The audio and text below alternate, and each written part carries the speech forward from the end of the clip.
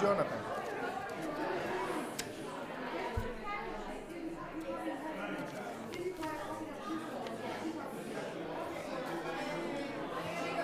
Dime. I don't know yet. No lo tenemos en la agenda, pero vamos a ver si lo abrimos. Vamos a ver, los concejales van a decidir.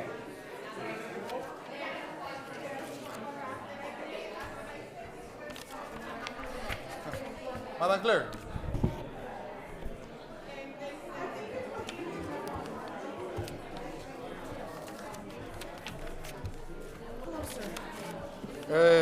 What is the ordinance, the, Committee report?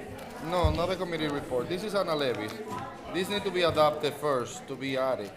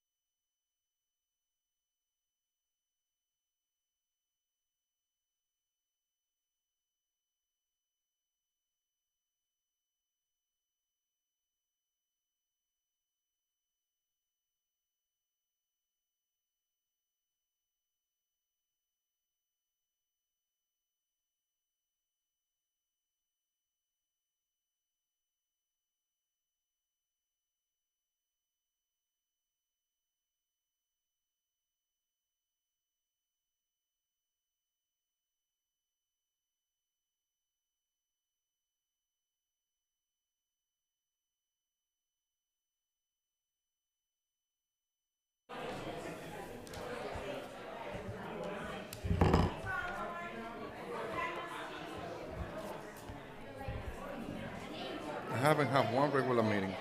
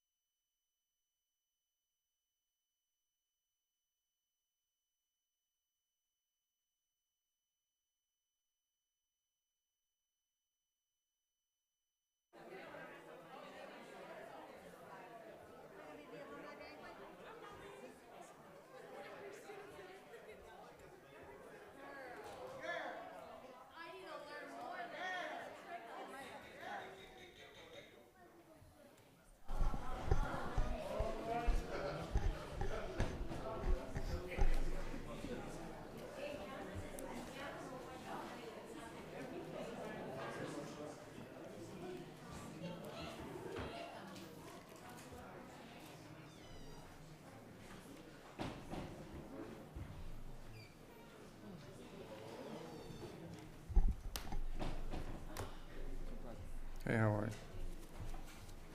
you? Is it John?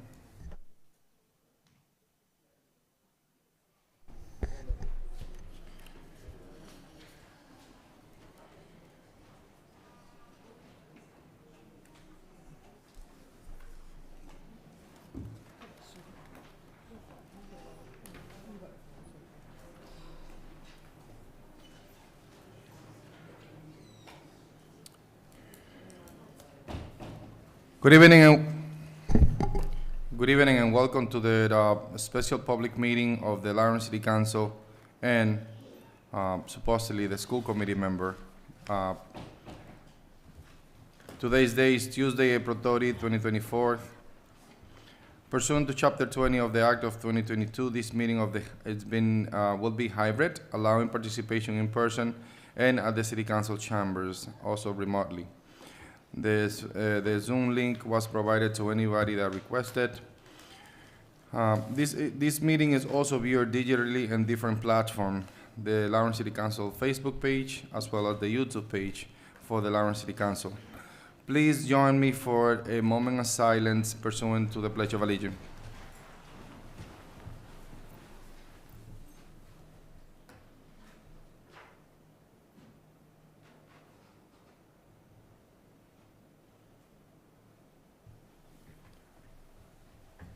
I pledge allegiance to the flag To the flag of the United States of America and to and the to the republic republic for which it stands, one one nation, under God, indivisible, with liberty and justice for all. What you just say, the Pledge of Allegiance, really good. Yep. Roll call, please. Councilor Levy? Present. Councilor LaPlante? Councilor Luzon is noted as absent. Councilor Del Rosario? Present. Councilor Santiago? Present. Councilor Marmol? Present. Councilor Reyes is noted as absent. Council Vice President Infante? Present. Council President Rodriguez? Present. Councilors, we have no public participation that was published, but I will entertain a motion to open public participation at this point. So move. Second. There is a motion on the table, properly second. Please roll call. Councilor Reyes is noted as absent. Councilor Marmol? Yes. Councilor Santiago? Yes. Councilor Del Rosario? Yes. Councilor Luzon is noted as absent. Councilor LaPlante? Yes. Councilor Levy? Yes. Council Vice President Infante? Yes. Councilor President Rodriguez? Yes. Please call the roll. Call the roll for Councilor Luzon. Councilor Luzon? Present.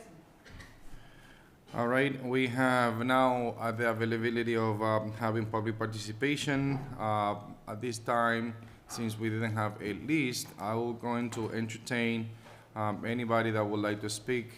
We have 2.5 minutes, and pursuing the 2-minute mark, you're gonna hear a sound or a signal for you to finish up within 30 seconds. At this point, I'm gonna allow a public participation. Please refer to this council as a whole, not to any individual councilors. Anybody that would like to speak today? Name and address for the record, please. Sure thing. Good evening, members of the council. My name is Kimberly Barry, and I'm the proud president of the Lawrence Teachers Union, 1,400 members strong. Tonight I stand before you to urge you to stand up for democracy and our schools, and to vote to keep our elected school committee.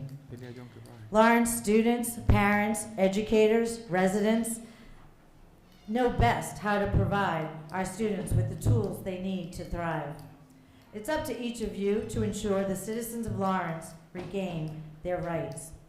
I strongly urge you to vote against converting the existing fully elected school committee to a majority appointed school board, as proposed by the mayor, as this would continue the unjust pattern of state receivership.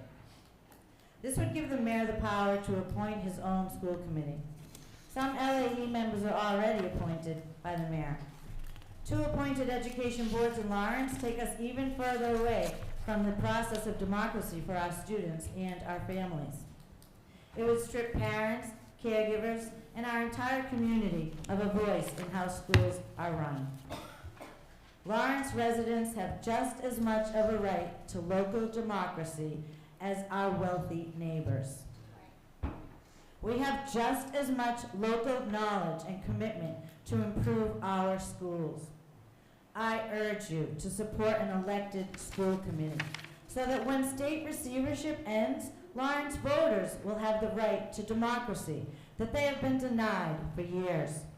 I hope I can count on you. Thank you.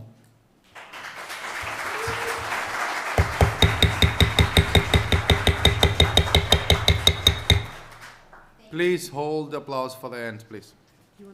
So thank you very much for allowing this comment. My name is Beth Contos. Name and address for the record, Yes, please. sure. My name is Beth Contos. I'm president of the American Federation of Teachers, Massachusetts. I live at 237 Center Street, Danvers, Mass. I'm here to support. I will not repeat what Tim said. I just want to ask this body to stand up for the people that are living here in this city that have the right to vote right now for everybody who serves them in this community. There's no way we should take that away.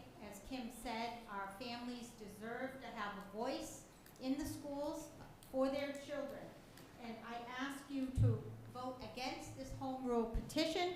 To me, it is a voter repression, and we want more and more of our people to vote, not less.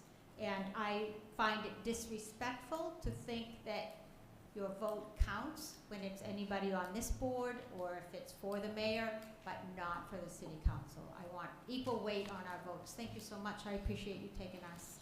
Thank you. Next person that would like to speak. Name and address for the record, please.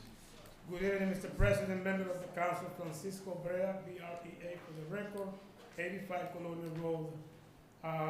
I'm here today to let you know, Mr. President, member of the council, that this is the people who my kid was educated by them.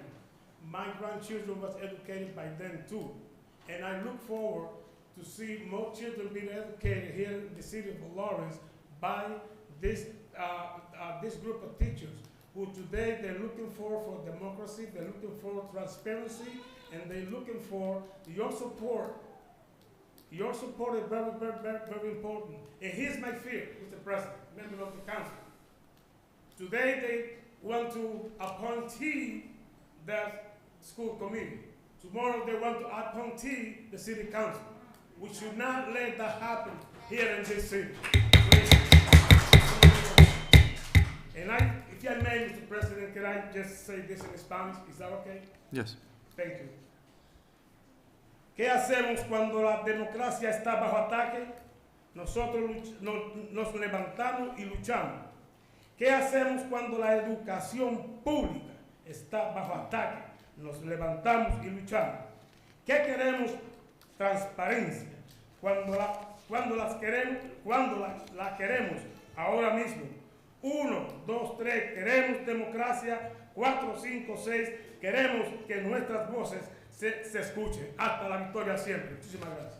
Thank you. Next person that would like to speak, please. Name and address for the record. Sure. Let me just take my mask off if I may Sure. for a second. My name is Tom Myers, and I reside at 550 Haverhill Street here in the city, and my remarks are similar to those who had preceded me. And I think, you know, the number one thing that I want to try to impress is that when we elect officials, the officials are accountable to us. And you all know that. You know, you try to do the best you can as elected officials in this city for the people that you represent. And elections and accountability are interwoven together, so that when in fact people are elected by the citizens, they then are accountable to the citizens. And that helps when they are overseeing the school the school system, to be much more attentive to the issues and needs of the district as articulated through the families, through the parents and other citizens. And you all sit in those positions because you are elected. I'm standing on this side of the ledger because I'm a private citizen. I am not an elected official in this city. And so I ask that you support the notion of a democratically elected school board. It's going to move our system forward. It's going to allow participation. And one of the things, I was an educator for well over 40 years, and one of the things that I know is when parents are active in participating, they are the ones that are going to drive the system forward and make it a better system.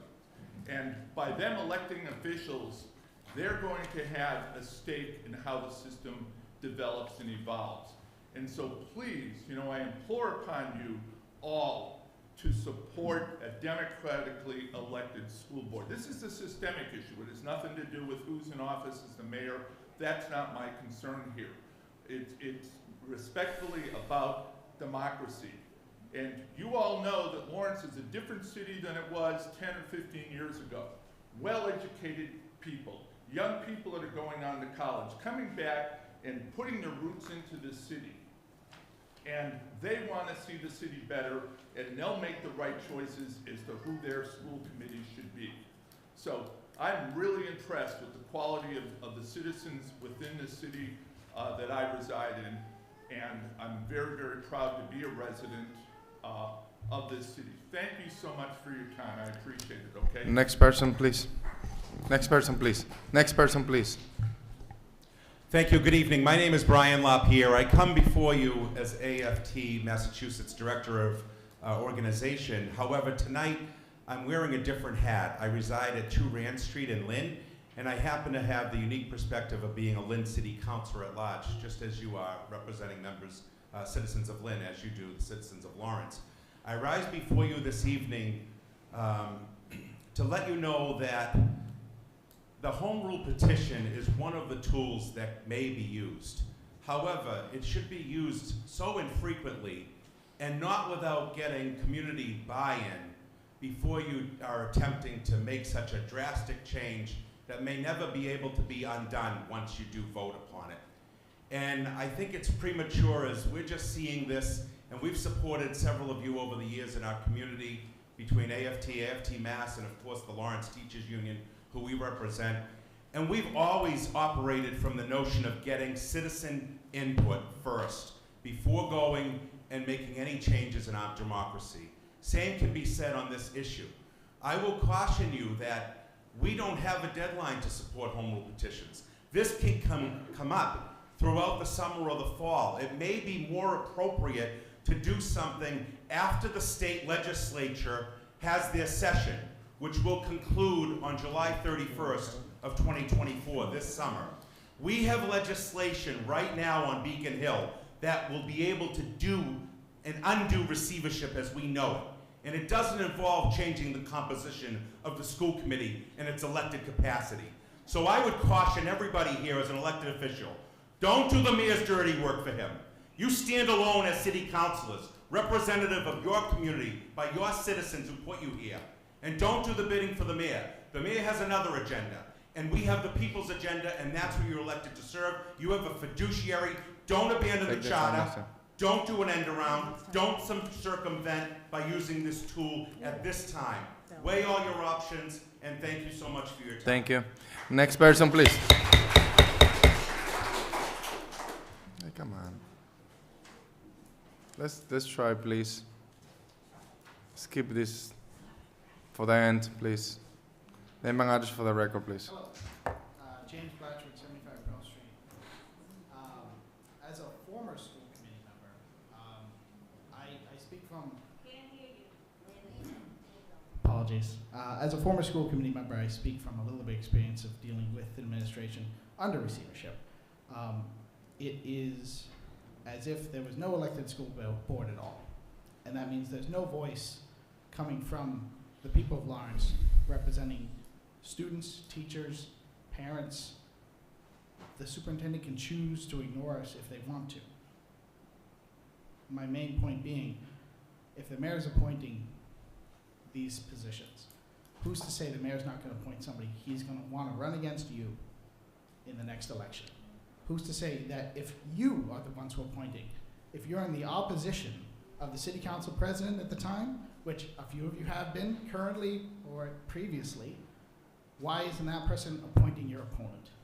This is a slippery slope that you do not want to go down. If you want more participation, pay your school committee members, just like every other community in this area. Change the way you elect them. Maybe 2 districts in one if you're afraid that there's one district that's unrepresented. I forcefully suggest you do not allow an appointed school committee. There is one community in the entire city, the state rather, that's Boston. And they just voted to have an elected school committee. So let's not go backwards. Thank you. Next person, please, that would like to speak.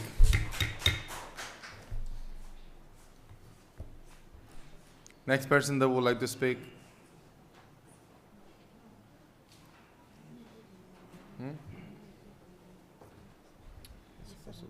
Hi, how you doing? My name is Bobby Brown, 44 Laurel Ave, Haverhill. I'm also the Secretary Treasurer of the Merrimack Valley Central Labor Council. I'm here to ask the council to absolutely oppose the proposal to have appointed members of the Lawrence School Committee. Your community votes and elects you based on your merit. Appointments will spit in the face of the democratic process. This isn't the mafia. Don't let your city and school system be run with that mentality with a select few choosing the future of the city. You're elected to vote with your heart and in the best interest of students, our brave members of Lawrence Teachers Union and this city. Make no mistake, the Merrimack Valley Central Labor Council proudly represents 30,000 voting members. Many of you in this room today have come seeking our endorsement, and we're paying very, very close attention to how this process goes. I strongly encourage you to oppose this motion. Thank you. Next person that would like to speak. Next person. Name and address for the record, please. My name's Rich Russell, 34 Cross Street. As a graduate of Lynn English High in 1964, I had courses that were taught to me. These courses have been eliminated in the present school curriculums. One of the courses that was taken away was civics, that taught what government was about. I had that in the 9th grade. We all know that our government is in a state of flux. Everything is being changed and not for the better.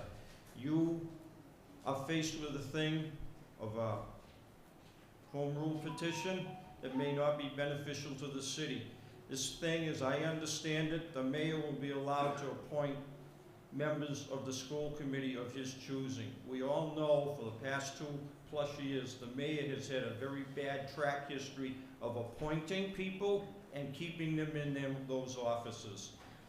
We also know he does like to throw money around. I know school committee does not get paid now. They should be due a stipend when we do get out of receivership.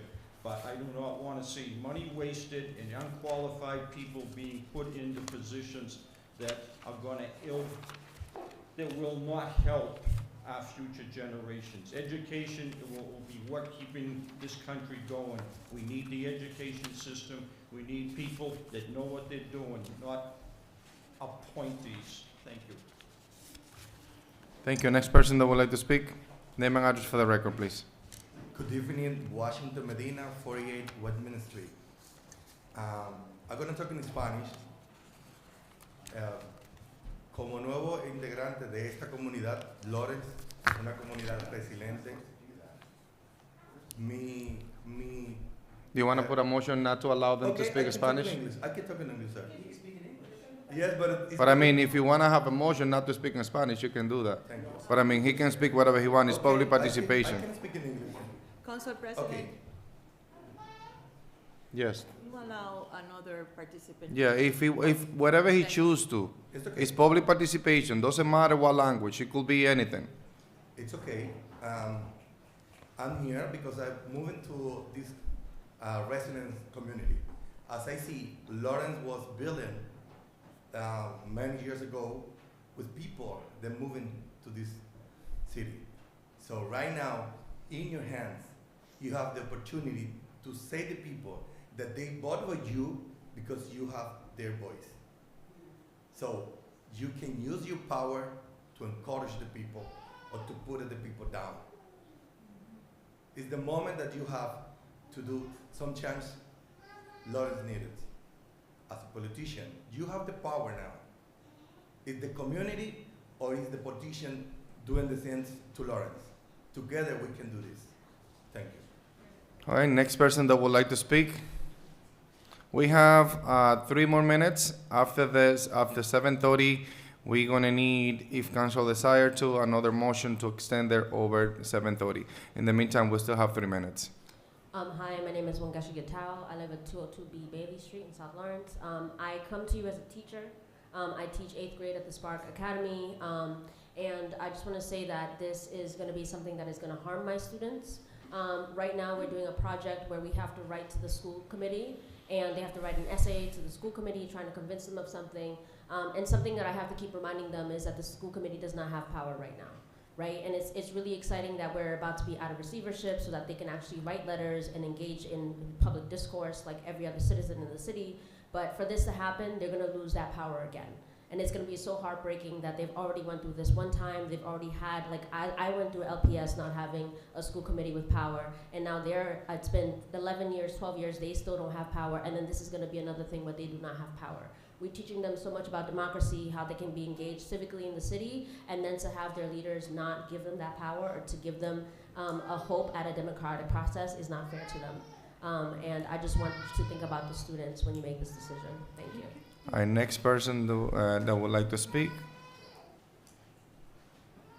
We have one more opportunity for somebody to speak before 7:30. We have somebody online, Luis Robles, that he would like to speak. Mr. Luis, go ahead. Thank you. Luis Robles, 183 Abbott Street. I wanted to say that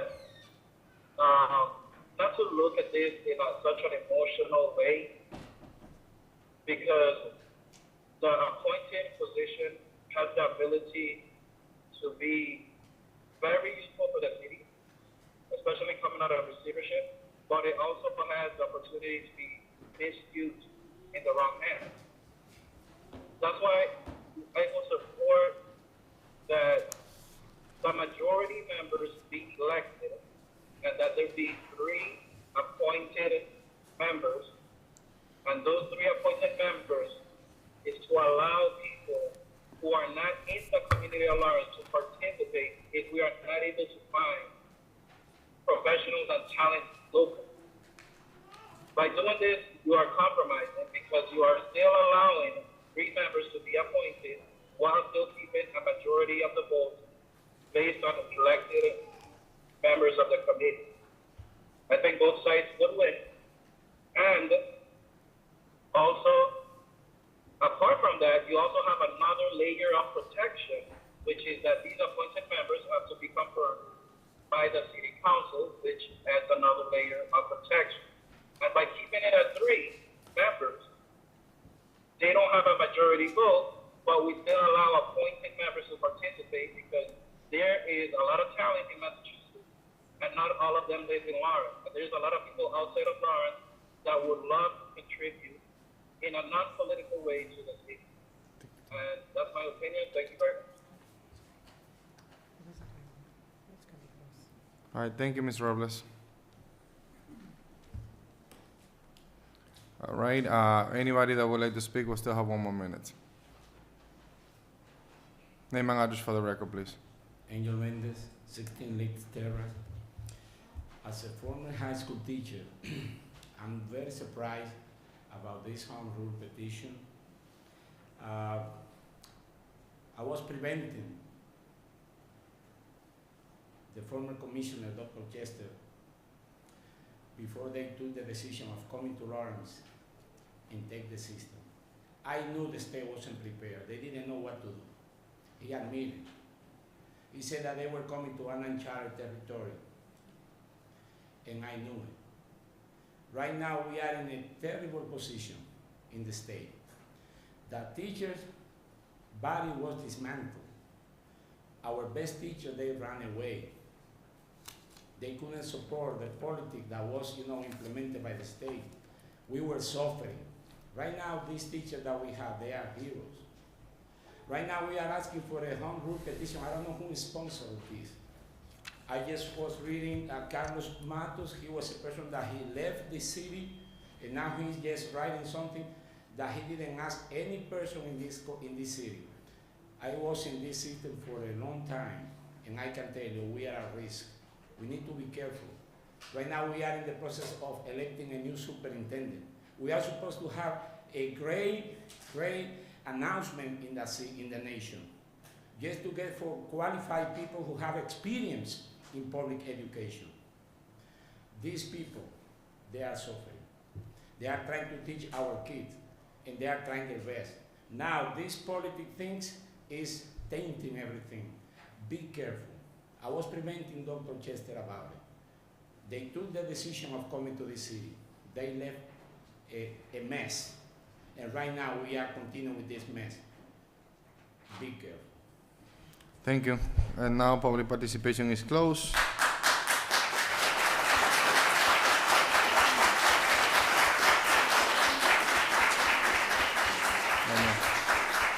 All right,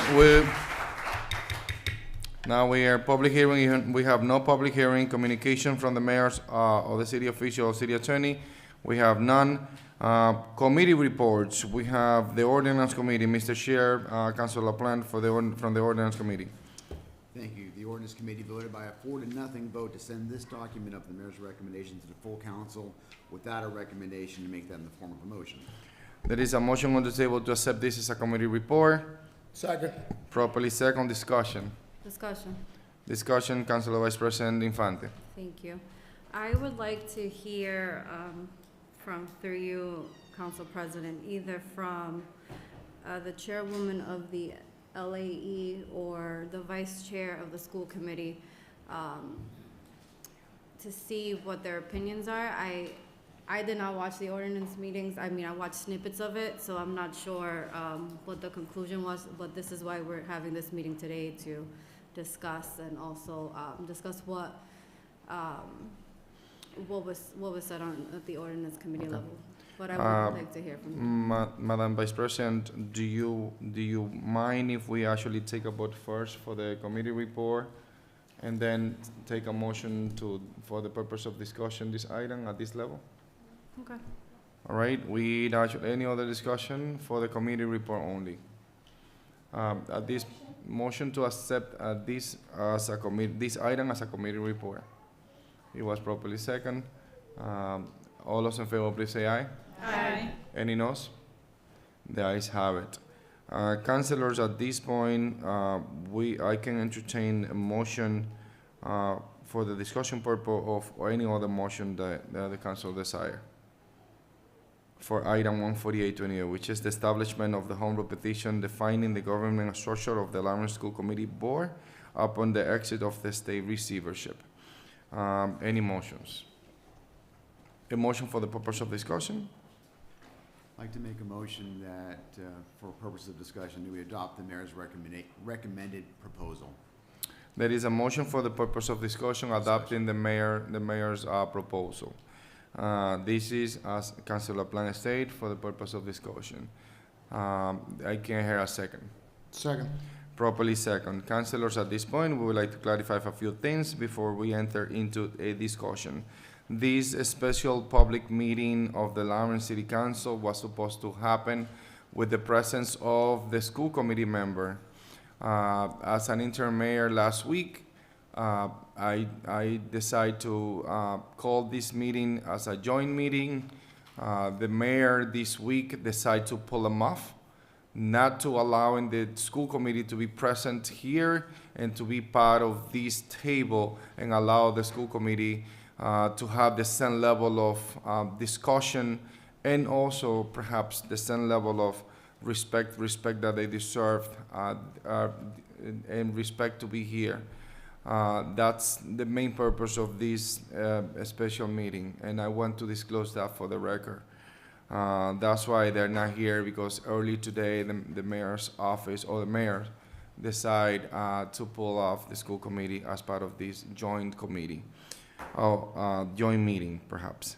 At this time, councilors, we have item 14828, which is the establishment of the home petition defining the governmental structure of the Lawrence School Board upon the exit of the state receiver. We have two proposals. One that was sent and discussed at the ordinance committee, was sent by the mayor's office for us to discuss. And the other one, which is the ordinance committee allowed the school committee to study, research, and present a proposal, perhaps an amendment to the mayor's office proposal, or an stand by itself proposal, which is a second proposal coming from the school committee, and they present that at the ordinance committee. It is here in front of us today. The two proposals are here, and I believe that there is common ground between the two that we can work something around. But with that said, I would like to open the floor to Councilor Infante, Councilor Vice President Infante, since she relieved the floor before, and by all means, Councilor Vice President. Thank you. I had the opportunity to review both proposals, both the one that was put together by the mayor's office and also the one that was put together by the receivership subcommittee of the Lawrence School Committee.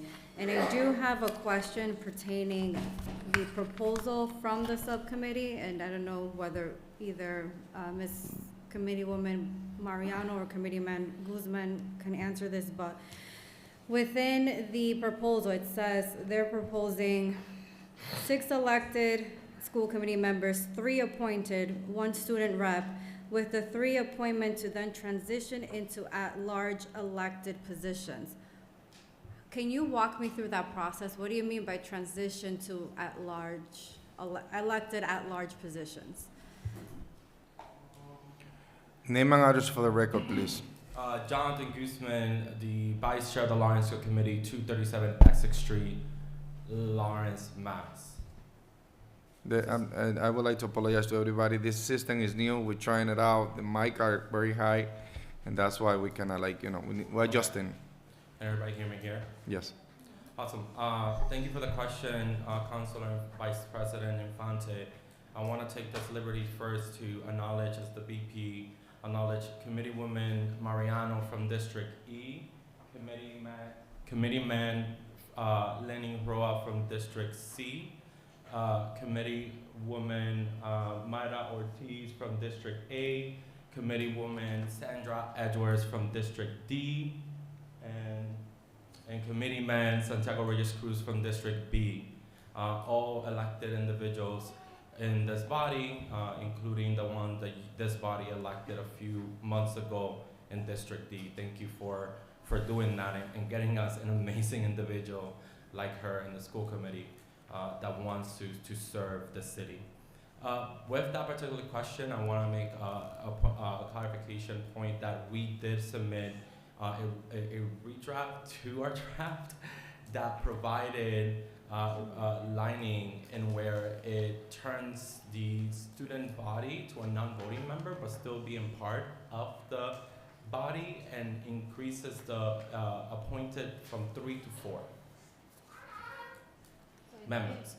For you, Council President, Sure. increases the appointed members from 3 to 4, appointed by whomever the mayor is, whether By the current mayor. mayor, by the future mayors, confirmed by the city council.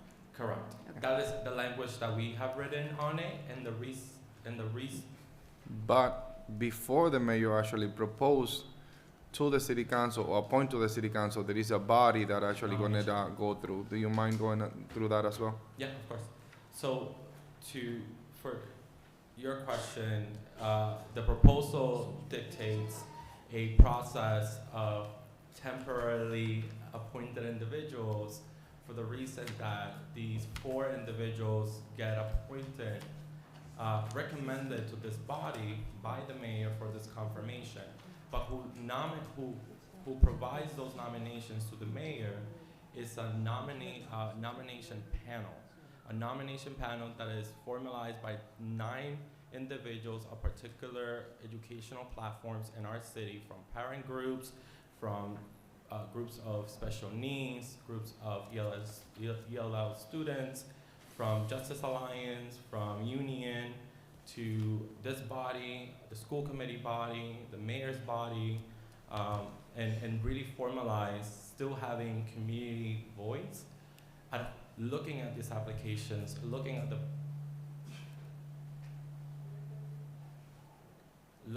process, if I think it's the computer, looking at the process and making sure that it's also said on a public setting.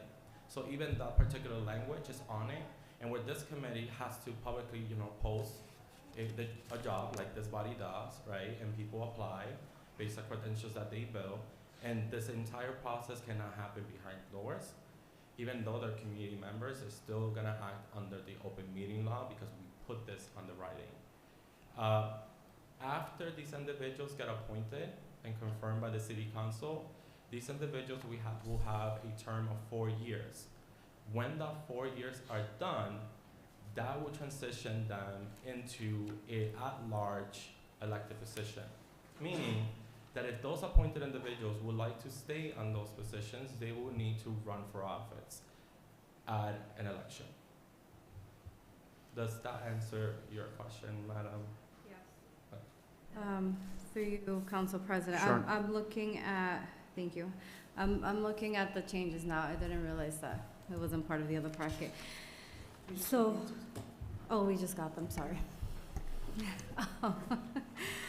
So I'm looking at these changes, and I do have to say, I like the fact that another change that is incorporated is that the 3 of the 4 should be or must be former educators in the Lawrence Public Schools. I can say, although I was never a teacher, but working in the administrative office for Greater Lawrence Technical School, I did share with the superintendent, I wish I would have worked at a school before becoming a school committee member. It would have been so much easier for me. So I understand that. The part that I'm having a little bit of difficulties is with one appointee being a parent. I think that, or an alumni, I think that narrows down the options.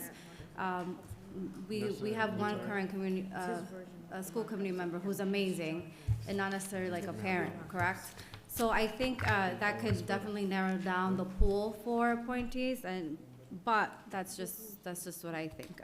Other than that, thank you for clarifying my question, and I think I'm all set with your proposal for now. Council President, I do have a question for the mayor's office, for anyone, if anyone's here from the mayor's office.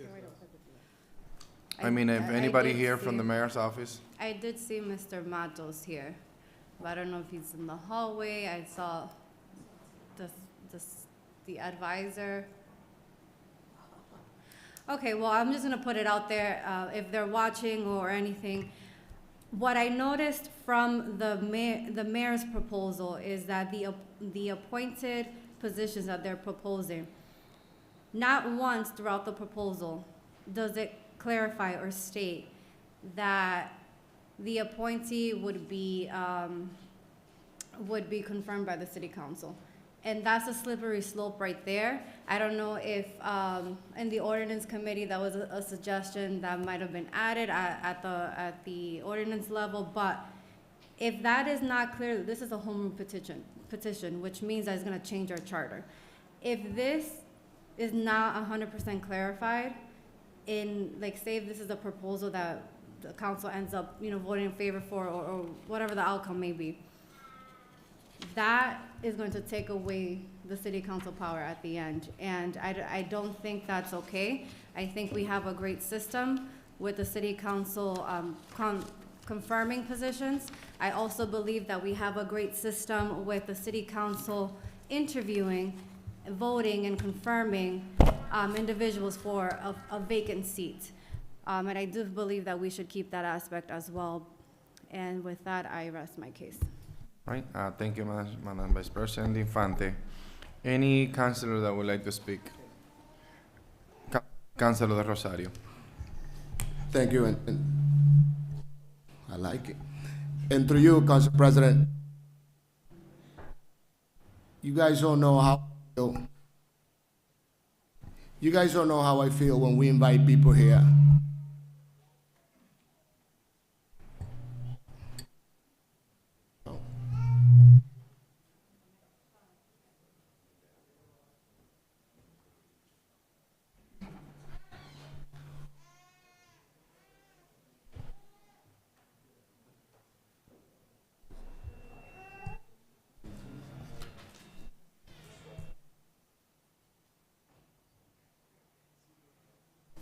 We are just experiencing some technical difficulties. We are I think we're just fine. trying this out. We're fine right now. We good?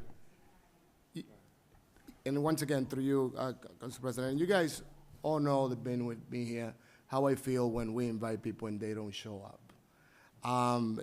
The purpose of sending this as a community report is to have a joint meeting. And once again, when the mayor's office is not here, when we invited them, and this is an important matter, regardless if they would express any opinion on it, I feel offended and disrespected. And I think we should all take into consideration, even though all those people are here, the homeroom petition from the school committee, which to me, after I read it, has to me more potential, and now they are here just debating this by themselves. So once again, and I want to put it out there, you guys that I see me yell and scream, it's because when we invite people here to discuss any item, it's important for you guys to show up, regardless if you're an elected official, regardless if you're an institution, regardless if you affirm that we hire to do something. It's very disrespectful when we invite something to have a discussion and they don't show up. They don't show up. This is supposed to be a joint meeting with the people that put together the first homeroom petition and the school committee, so we can meet at the middle and we can find a middle ground base and maybe combine them together and get a better proposal. But when it's only one institution or one committee or one people here defending themselves, we should go with those people. I mean, I'm tired of being a city councilor and be disrespected here by people not showing up. No showing us that we are body, the approved thing, the body that people elected us to represent them, and we voice them what the people want. All the people wanted us to do is to have the mayor's office and the school committee all together in a meeting and trying to find common grounds so we can get this out and get it the better way possible for our kids, our school system, our whole city of Lawrence. And being here, once again, and I'm going to put it out there, being disrespected by people not showing up and maybe pulling out at the last minute is unacceptable. Thank you, Council President. Just to clarify a few things there, the intent of this meeting, as Councilor Rosario said, it was to find common ground between the two proposals that we have in front of us. That doesn't mean that we are going to take a determination today, but at least we narrowed it down to something that we can work with. And everybody can read, and then eventually down the road, the intent, even though it is not required by the charter to have a public hearing in home rule petitions. My statement during the ordinance committee, when I stand in front of the ordinance committee, it was that we require to have a public hearings on stop signs, on something related to changing our constitution, our charter. I think that we should, and the intent is to order a public hearing to allow people to speak on this matter. Last night I met with the mayor's office on other matters, and we touched base on this. And we have the mayor's office here in front of us so they can expand around why they're not here today and the intent of canceling the joint meeting and just allowing the city council to discuss this important matter. Name and address for the record, please. Octavian Spanner, I'm the senior advisor to the mayor. Good evening, Council President, city councilors, good evening. The reason why first of all, just to clarify, is that the mayor was absent or traveling during the week. Unfortunately, when I spoke to Council President, I tried to convey the message to the mayor. So at that point, interim mayor. So, at that point, so that's Yes. why I called the meeting. Yes, you called the meeting. However, the mayor, as he's spoken to you, and that's for the information of all of you, indicated that he was briefed last night, and then he decided that he needed more information, and also sit down. I believe today he sat down with Councilor Anna Levy to talk about a possible to listen to a different version or whatever the proposal is going to be for tonight. So in no way, shape, or form, he just decided that he was not going to be present or that his office would not be here to further discuss. The reality is that he came back on Sunday night, and it was until Monday evening that we have briefed him about this situation. So, and I think he'd spoken to you, whether you agreed with it or disagree. He's the mayor. He's spoken to you and give you his reasons why he did not feel comfortable to have the school committee before you tonight. It is important to also say that we have a conversation over the phone today, and the mayor say his reasons as of why he's pulling off this the school committee. It is also important to recognize that the school committee by itself is a body that have worked tremendously and great amount of effort onto this home rule petition and other matters of the school related to the school. And it is also important to recognize that the mayor haven't sit with the school committee for the last 2 years. Having this joint meeting with the school committee members, the other 6 members of the school committee here, wouldn't make any difference, because what we were going to do is to discuss the mayor's proposal and also to discuss the school committee proposal and find common ground, because this government is all about finding common ground. But I think that, we missed this opportunity. It was a great opportunity for us, for all of us, to sit down and discuss this possibility. Council President, if I may, Sure. lastly, because I don't want to go into this, it's more politics than advancement of our students. I think that next time, Mr. Spanner, next time, let's avoid the politics portion or discussing what your definition of politics is. To us, to a lot of us, this is the city and passion about the city. We're gonna stay here. So politics shouldn't be part of the conversation, as you keep on mentioning it all the time. So please avoid that word, because it's offensive sometimes. I stand corrected. However, this is a public hearing. It is not. If We're any discussing the person wants topic. to express their opinion, even as the school committee, they can bring it. They have the opportunity to speak tonight as well. Just on a public participation, 2.5 minutes. Well, I leave. If there's any other question, we're here. Tonight. Yeah, we have questions. Councilor Infante, Councilor Expressing Infante, you have a question. Thank you. Can you guys hear me? Hello? Yes, right there. Now, can you hear me now? Okay. So, quickly, 2 things. I want to say, as the Vice President of the City Council, I disagree with the mayor's decision, because yourself and Mr. Matos have been the one closely working on the proposal. You guys could have came into this meeting, joined this meeting with us on behalf of the mayor. You guys are the experts on this proposal on behalf of the mayor. Secondly, I had a question earlier about the proposal itself. I noticed that the proposal itself does not indicate that the mayoral appointees would be confirmed by the city council.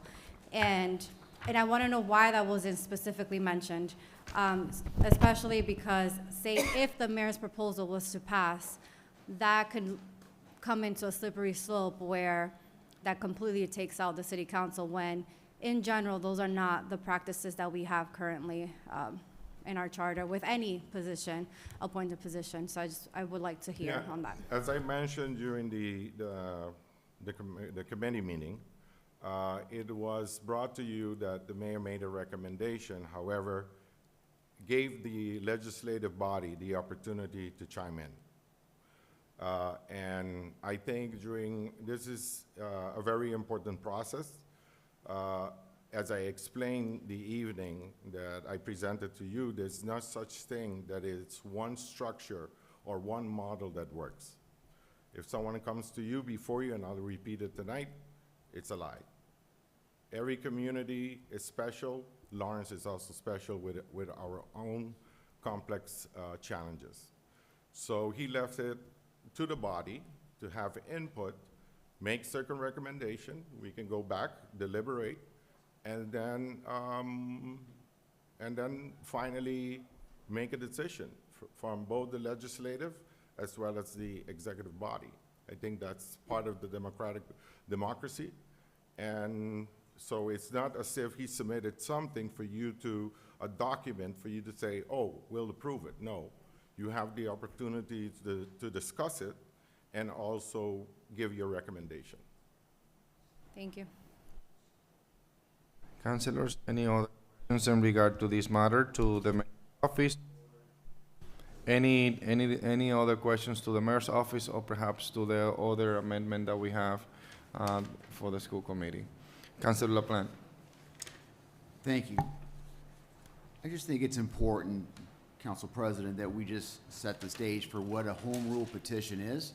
One of the speakers who represents the State Teachers Union for the Commonwealth started to talk about it a little bit, but that is, whatever we do tonight as a home rule petition, ultimately, it's a vehicle that is going to be sponsored by the legislature, that if it passed by the state legislature, must be then adopted or signed into law by the governor. No matter, we cannot force something here. If the legislature decides they wanted to do this on their own, they could. But we're doing a home rule petition that gives the sense of the city at the end of the day, or at least the city council, we represent the city, what we believe should be the new school committee organization. So I just want to make sure that, Council President, we're clear that no matter what we do tonight, it can be changed at the state and in Beacon Hill. No matter what we do, we may want 5 electeds and they may say we want 2 electeds or something else, anything else. This is just a recommendation of what we want to see happen. So let's be clear about that, number one. Number two, the public participation. You know, I've been around for a little while. Very rarely have we actually enforced the rule that says that public participation stops at 7:30. So tonight was the first time, and I was wondering to myself, why are we doing this tonight for the first time? And then it just kind of struck me as to why we're doing it tonight, I think, Council President, which is, and you heard what I had to say at the ordinance committee regarding the public hearing, and this will cement that we only had 2.5 minutes, and people may want to speak longer than 2.5 minutes tonight. I agree. I think that if people want to speak for 4 or 5 minutes coherently and bring their message across, then we should be able to do that, and we should have been able to do that tonight. So if somebody wanted to speak more eloquently or had more thoughts or had greater points, I think tonight would have been a great time for that to happen, rather than to impose the 2.5 minutes and say you can't talk it anymore, because I know I think what's going to happen. The Council President, I think what you're going to suggest is we need to have another meeting, and we need to order a public hearing. Let me just say right now, this may sound really weird, but bear me out, Council President. We don't need a public hearing. We need to hear from the public. In other words, we don't need to spend $1,000 at least to put something in the newspaper that says next Tuesday, next Thursday, you name the day, we name the day, we're going to have a public hearing. We can say, without spending over $1,000, we want to invite people to come to the City Council chambers to discuss with us. We want to hear what you have to say regarding the organization of the school committee. Whether you want hybrid, whether you want fully elected, whether you want fully selected by the mayor, whatever it is. We want to hear what you have to say. So that was the point that I was trying to make during the ordinance committee, that we can save ourselves $1,000, frankly, because money means something, even $1,000 bucks, and still get to the same spot. So anyway, I think that, Council President, if we've got people here who want to speak more about that, I think we should allow them to speak tonight on this issue, if they want to. And if there needs to be a motion on that, Council President, I'm happy to make that motion. Mr. President, I'll say that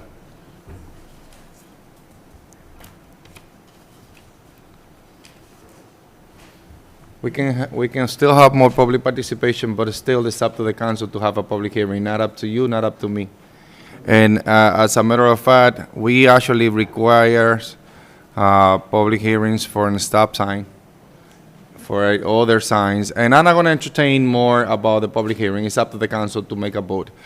If this council decide to open a public participation and stop the conversation about what we actually have, which I think is an agenda, not to have the discussion about what matters, which is basically the discussion here, then probably allow this discussion to continue to the next step. But I understand what you're coming from, and I will entertain any type of motion that the city council decide.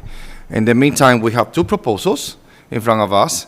That one comes from the mayor's office and the other one comes from the school committee, and we also have the school committee members here that are going to be fully allow them to speak and discuss anything regarding to their proposal. So I thought I have the floor. Councilors, if you guys decide to go out of order and open public participation again, I entertain a motion, no problem whatsoever. In the meantime, I think it will be productive to continue the conversation and not to distract this conversation and the way that we have it at this point, which is very advanced.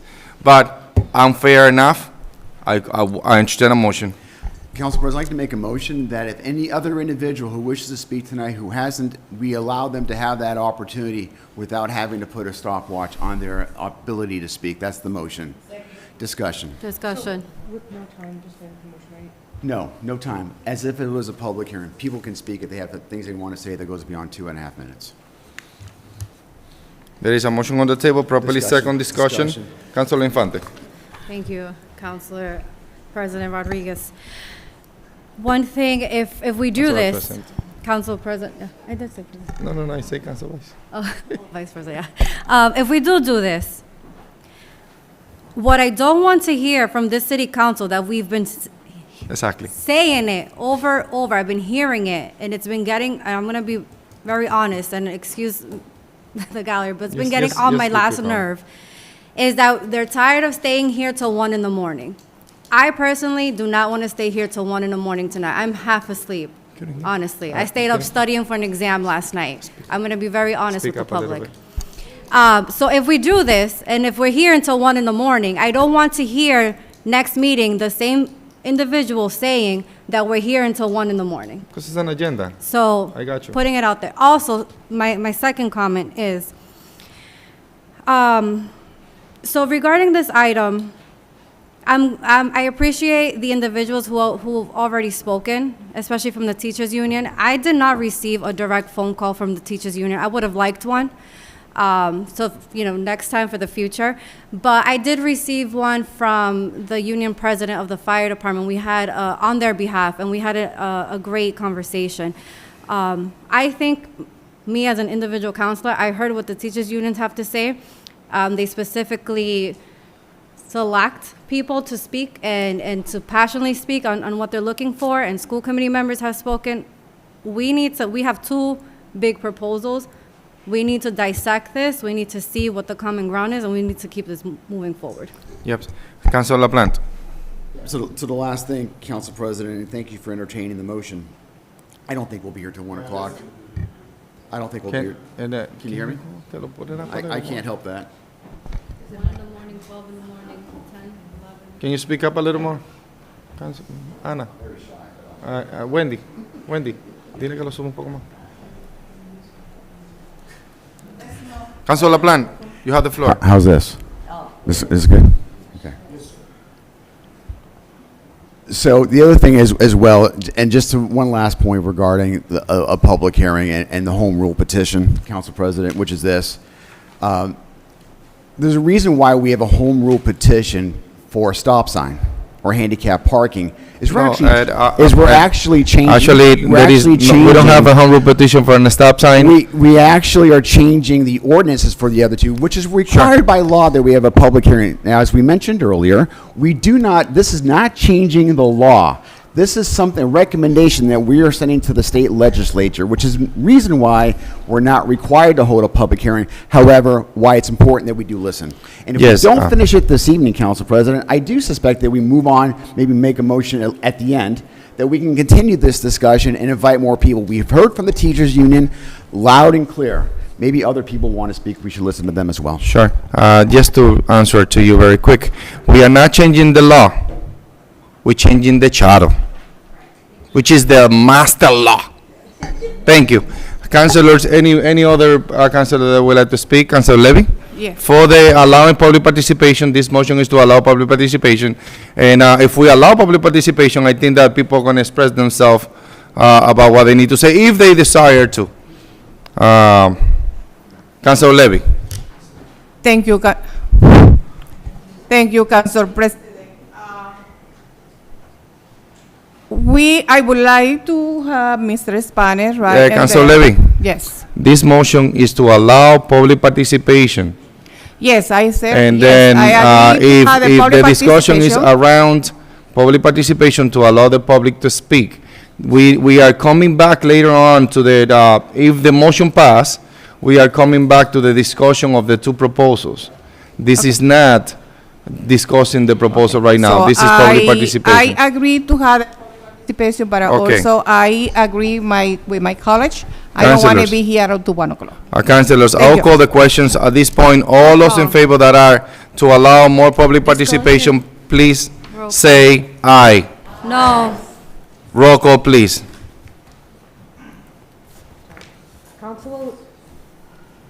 Councilor Levy. Yes. Councilor LaPlante. Yes. Councilor Luzon. Yes. Councilor Del Rosario. Yes. Councilor Santiago. Yes. Councilor Marmal. Yes. Councilor Reyes. Yes. Council Vice President Infante. No. Council President Rodriguez. Yes. Now public participation is now open. This doesn't mean that we're not going to have a public hearing. We are going to have the public hearings that to desire to the council. Anybody that would like to speak, Councilor LaPlante, excuse me, anybody that would like to speak at this point? All right, anybody that would like to speak at this point? Anybody that would like to speak at this point, please? Thank you. So at this point, public participation is now closed. Santiago, who would like to speak? Come over, please. You're part of the school committee, so you have open floor, but go ahead.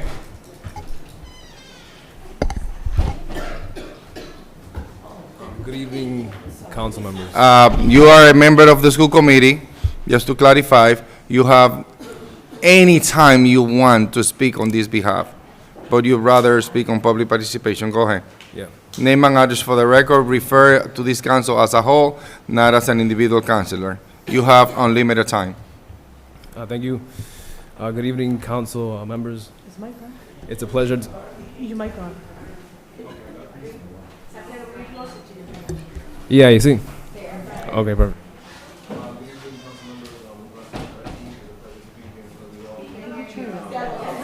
Okay, better? Okay. I need someone to press. Let's go.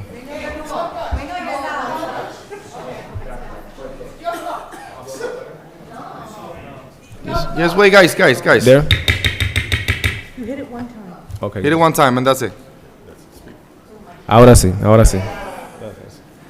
All right, good evening, council members. It's a pleasure to be here with you all today. As you know, my name is Santiago Reyes Cruz Jr., 45 Summer Street, down the street really, where Ms. Wendy Luzon, she's the city councilor. Refer to the council as a whole, please. Yes, President. And I'm happy that we're all here today as a body. I'm sorry that we're not able to meet as a school committee body and a city council body. Unfortunately, that was outside of my control, your control. And the fact that we're even having this discussion today is alarming to me, because this type of idea, this flower that blossomed doesn't come from a healthy root. It's a insult to the democratic process to even suggest a appointed body inside a elected community. Where did this come from? What inspired this? I do not know, but I know it is not rooted in the history of the United States of America, and it would be a violation of the Constitution, our founding fathers, and everyone who believes in the American dream to have a distilled community where the school committee members are appointed, even if they're reviewed by city council members. I believe everyone should have a fair screening through the voter process. And the fact that we're even reviewing an appointed body, to me, is just alarming. A hybrid is not a bad idea. If the mayor were here today, the mayor would have been able to enrich the current community members of the school committee. And with that word enrich, I mean have conversations with us, create budgets for each individual district so we could spend in our districts, how to manage the transition in a better way, not eradicate the school committee that we currently have. The mayor's absence for the last 2 years, almost 3 now, has shown his inability to be able to strategize during this moment and his inefficiencies as a leader, unfortunately. Thank you. Thank you. Anybody else that would like to speak? Also, you're a member of the school committee. If you decide to take the floor at any moment during this discussion, you will have the floor. But go ahead, public participation. Good evening to all of you guys. My name is Lenin Roa, and I am a resident of Lawrence. I live at 36 Columbus Avenue in Lawrence, Massachusetts. I have spoken with you guys. I have stood here 7 times already. Every time I stand before you, I say the same thing. I'm a parent, have 3 kids going through Lawrence Public Schools right now. That is my passion. I am doing right now a course at the university to become a business accountant major. I have 3 different degrees that I can name myself that I have acquired through my years. But my purpose of being here today before you is to let you know how wrong I think it is to have a majority appointed school committee for this town, specifically for this town. I am all in favor of having appointed members. 3 of them, now 4, it's fine. And we have reasons for that, and we have amended this, and there's reasons for that, that Jonathan Guzman, the vice president, will elaborate on that even more if you guys need it. But 1 per district is what I am comfortable and happy with, and most of the people that I have spoken to in my district are comfortable with too. I would like to entertain anybody that can really say that having appointed members to a school committee is not the right thing, and discuss with them why I think it is. But it is democracy.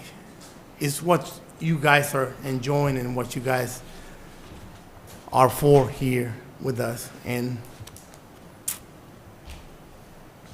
as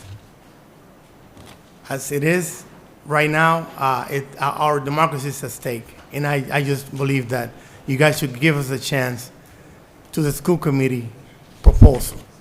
Is my view on this, with that and many other reasons. So thank you very much for having me here today. Thank you so much. Anybody else that would like to speak? At this point, if there is anybody else that would like to speak, I'll close the public participation. Can I participate again? Yeah, Luis Robles, we have you before. You would like to speak again? Yeah, what happens is, you know, like, I'm not sure why people are seeing the appointed members as being a bad Yes, thing. we're not. What's that? We're not entertaining an answer back and forth. It's just No, public this is not a back and participation. forth. This is my public opinion. Okay. I'm not answering to anybody specific. All right. If it is anything else, at this time I will close public participation. Can I finish what I was going to say? Go ahead. Having appointed members is not a bad thing because they're being confirmed by the city council. And I think keeping them as a minority member of the committee, I'm not sure where the harm is. Now, what's the point of, and this is a rhetorical question, what would be the point of having them convert to become members at large? That doesn't make any sense to me. I think they should just remain appointed members. Thank you.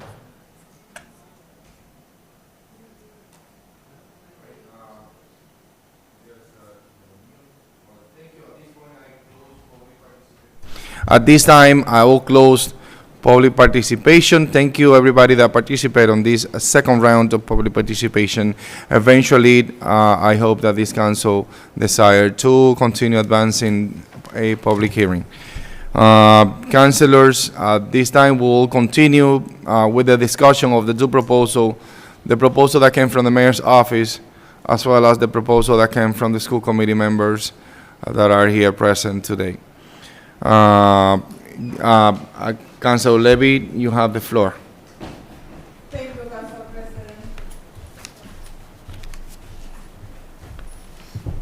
Okay, in front of you guys, you have a proposal that I'm also doing regarding the homegrown petition for the Lawrence Public School. I explained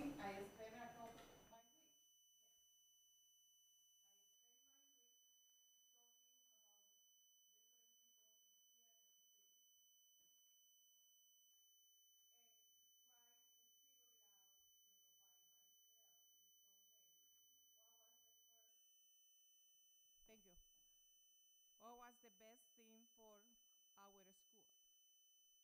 As many of you know, I just fight a lot for the school at one point. In the 2001, so I brought the Justice Department for almost 6 years. We were looking and we were fighting for the school. And we find out that nobody, so practically the same problem that we having right now, that no one wants to be part of the school committee. But I know just also that no one want to be part of the school committee. Nobody also from the Hispanic community or from other community wants to participate. So in 2001 was decided by the Justice Department to make the school committee by district. We expand the district and we make those districts available, equally in some way with the voter participation. So we have two proposals that were brought to the committee last week. One was from the mayor, and the other one was by the Lawrence Public School.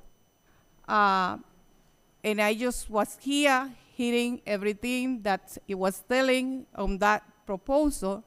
And I said that I was maybe the time for me to try to combine or to get whatever that I feel that was the best in between the two proposals, trying to get the middle or everything. I do not agree to take away the committee, the Lawrence School Committee.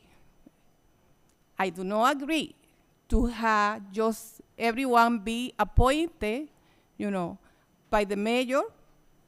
So here in this proposal said 11-member hybrid elected appointed school committee composed of 7 members appointed by the mayor of the city of Lawrence one boarding student elected by the public school student through the Lawrence Student Council, and 3 greedy voted at large members. We have the other proposal that said 11 members, hybrid, elected, appointed, a school committee composed of 7 members, appointed, I'm sorry, I got too many proposals in front of me. Okay, and 7 members, 1 voting student member elected by the public school through the Lawrence Student Council, and 3 greatly voted at large members elected citywide during the 2024 municipal election. So looking on all of this, so I think so, yes, and I agree to have, this is my consideration, I agree to have 13 member hybrid elected or appointed school committee composed of 6 elected members. So we're gonna continue with our school committee, just all of them elected by the City of Lawrence voted people. From each district, 6 members appointed by the mayor and 1 voting student member and the mayor serving as a chair. Also, I agree that we haven't given to our member of the school committee the support that they already needed. Never. No mayor having done that. Councilor Levy, just to clarify one thing, I would like to understand your proposal. Yes. You have 6 elected members. Yes. By district. You have 6 appointed and 1 student. Is the mayor part of the school committee? The mayor is part of the 6 members. So the total is 13 members. people. So the mayor is part of. So it's 5 appointees, the mayor, which is 6 right there, and then 1 student member. And 1 student member. Okay. You might continue. So I highlight recommended also. Yes. Excuse me. To the mic. Thank you, Council President. That's her proposal that she's explaining. Yes, but that was in conversation with the mayor as well. Yes, that is what I she said. explained. So it's 6. But let me finish something. Yes, Councilor Levy have the floor. Okay. Okay, let me finish something. So this morning, I sent this proposal to the city clerk to be presented tonight. After that I sent the proposal, the mayor called me for a meeting to discuss. So, because that was not what he's proposed, you know? And we got in a common ground, you know, on this regard, having a hybrid committee meeting. School committee. Yes. So I made the changes and I sent this final practically home run petition or amendment, you know, to both of the proposals submitted by the school committee and also by the mayor. So we have Mr. Spanning also that was part of the conversation along with other members, you know, that were part, and this is practically what we get in the agreement. You reeling the floor? I can give the opportunity to Mr. Spanning to speak on the Mr. Spanner, name and address for the record, please. Octavian Spanner, I'm the senior advisor. The proposal, if I'm not mistaken, included a body of 13 plus 1, a non-voting member. So 6 elected, 6 appointed, and the student. And a student. Yes. And sorry, 6. I actually clarified that with a proponent This is a third petition that we are in front of us. This petition it came from the Councilor Levy, and she's amending. To me, it sounds very similar to what the mayor proposed originally, because he proposed 6 elected, stay the 6 elected, 5 appointees, Six the appointed. mayor, 6 appointed, 6 appointed, the mayor, and the mayor's not part of it? and the mayor, and a non-voting. That's 14, it couldn't be. A non-voting member. Huh? The student is non-voting. Oh, the student student is a would be a non-voting. non-voting. Non-member. Okay. So 6 plus 1. Mr. President, through you, Give me 1 minute, give me 1 minute. You finished already? Yeah. The Council Levy proposal? All right, Okay. Council Levy, you have the floor. Thank you. So the mayor was not, Mr. Spanish, please, don't go away.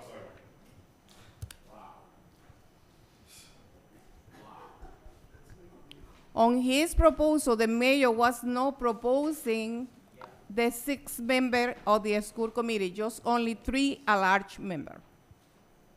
During And that's that, why we came back to the discussion, because I do not agree on that, that we need to have people who can vote for our members to represent our school for each district. Yes, Councilor Levy, I believe that during the discussion at the ordinance committee, the mayor's proposal changed to maintain the 6 members during the ordinance committee, but we are proposing something, the 3 proposals now. Councilor Levy proposal, which corresponds to 6 elected, 6 appointed, one student non-voting member, and the mayor, which is 13 members voting and 1 non-voting member. And we have the school Council President, committee can I say- member. Can I say, just for clarification? Sure. During the discussion, if I may, during the discussion with Councilor Levy, there were several discussions that happened going back and forth. But one important thing was that Councilor Anna Levy indicated to the mayor, which was basically the convincing portion, is that in order, and as I said during the committee meeting, that we're not getting candidates for, to run for the school committee because they're not getting paid. So Councilor Anna Levy recommended as well to enforce or comply with I believe it's the charter, that we will have and I believe there's a note in the document as well that indicates that that we pay that the city pays the members. The members through a stipend, as per city charter.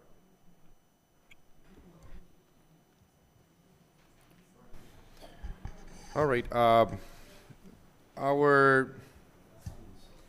charters, the city charter allow a payment, but it doesn't say specifically how much it will be.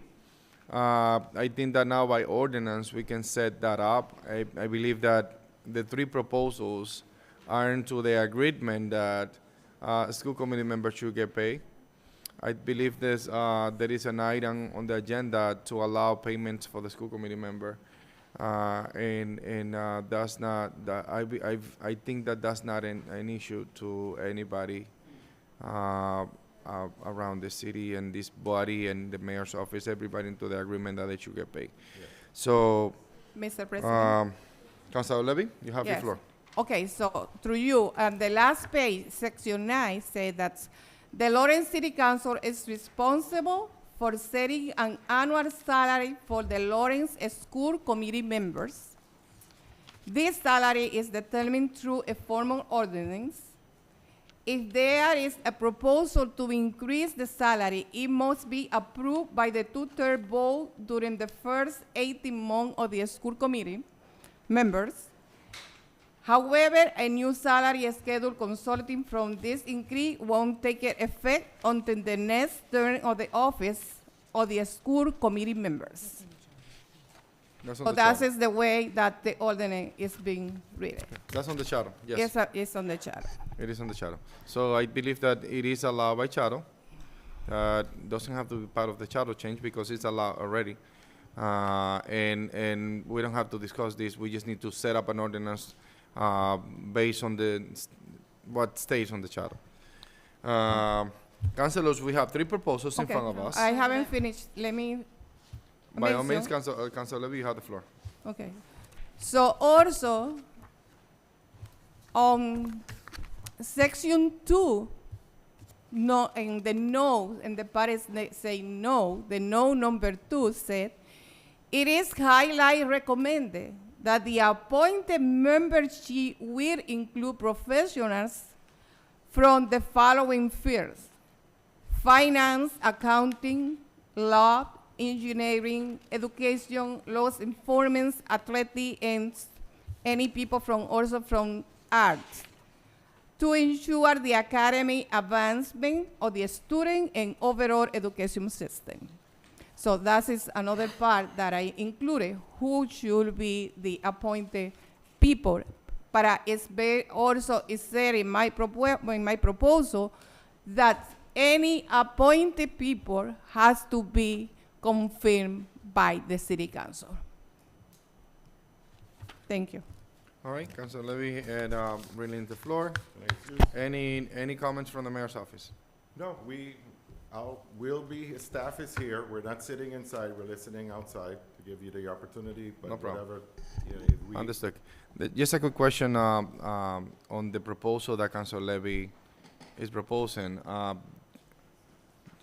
Is the mayor's office agreed with Councilor Levy to overlap their proposal and consider Councilor Levy's proposal instead of the mayor one? Yes, of course. So- Like I said before to the council, that the mayor is open to any suggestion that comes.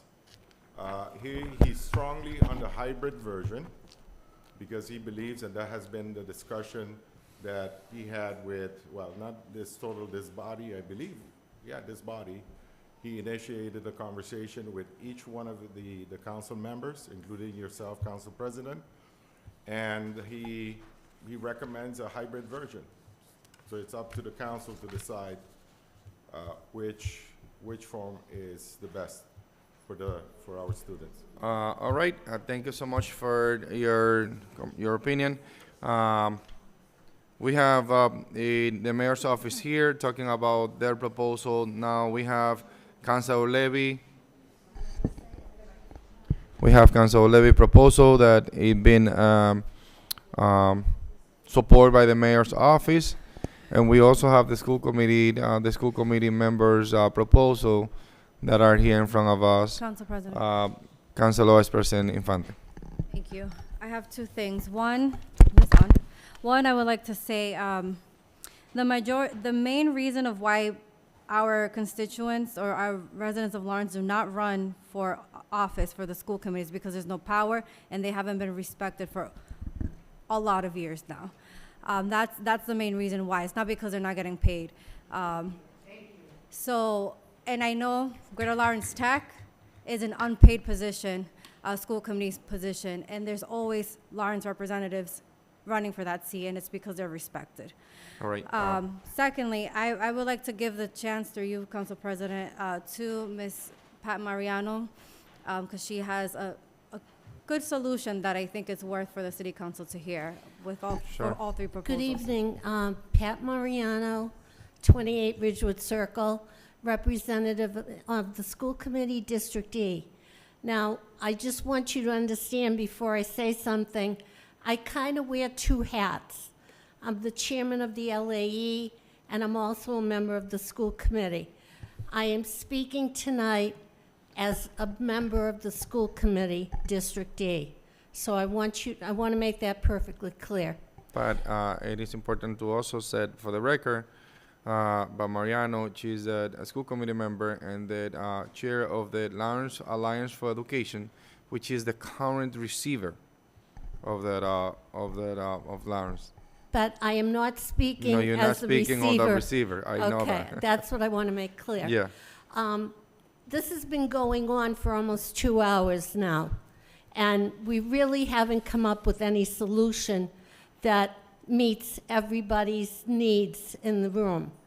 My suggestion is that a subcommittee be formed of the city council, as well as a subcommittee be formed of the school committee, and a subcommittee or a group of maybe 2 or 3 people from the mayor's office sit down together, what should have happened from the very beginning, and hammer this thing out and come up with a home rule petition that's agreeable to everybody. We're not accomplishing anything here tonight. And with all due respect, Anna, you made a proposal, the school committee made a proposal, the mayor made a proposal. They're never going to come together, and you're never going to have something that represents the community. And I think the 3 groups need to sit together and hammer it out and come up with something that the community can embrace. Pat, And Mariano. that's my suggestion to you for tonight. Yes, I wish that happened. That the intent of this meeting tonight was to sit down with the school committee at the same level, as well as the mayor's office at the same level, to discuss the 2 proposals. They choose not to be here. They pull off the school committee through an order, through an order that was sent out early today. The intent was to sit down and to narrow it down to 1 proposal. I believe that we have actually, essentially, out of the 3 proposals we have 2 of them that are more agreeable, since the mayor's office have endorsed Councilor Levy's proposal. What we need to do really is to allow the school committee and allow Councilor Levy to discuss step by step, spend the next 30 minutes perhaps discussing this and see if we find common ground on each item, each article, which I believe we should at least allow this to happen, and go from there, see what's happening. If it is no agreement whatsoever, and then we can definitely keep the discussion open. The discussion is not stopping here. The intent is to continue the discussion for a later date and allow this to continue if it's need to, through a public hearing, through another discussion, or anything that the city council have desired. But I think that the school committee have a great proposal. The Council Levy have a proposal that have been endorsed by the mayor, and I think that we should at least figure it out what we have in front of us. And I truly would like at least this discussion to happen. We've been in the discussion for an hour, 30 minutes. 30 minutes were public participation, and then we have another second set of public hearings. And I think that the intent is to hear at least article by article. We have 9 articles in front of us. So thank you for your suggestion. Let's see if we get to that point. If it's not, I think that we should allow at least to hear the proposal of the people that are here. The school committee is here, and the council levy is here. So at least one of them has been endorsed. With that Council said, President, I still have the floor. I would like to open the floor for the school committee to see if we can get one by one. I still have the floor.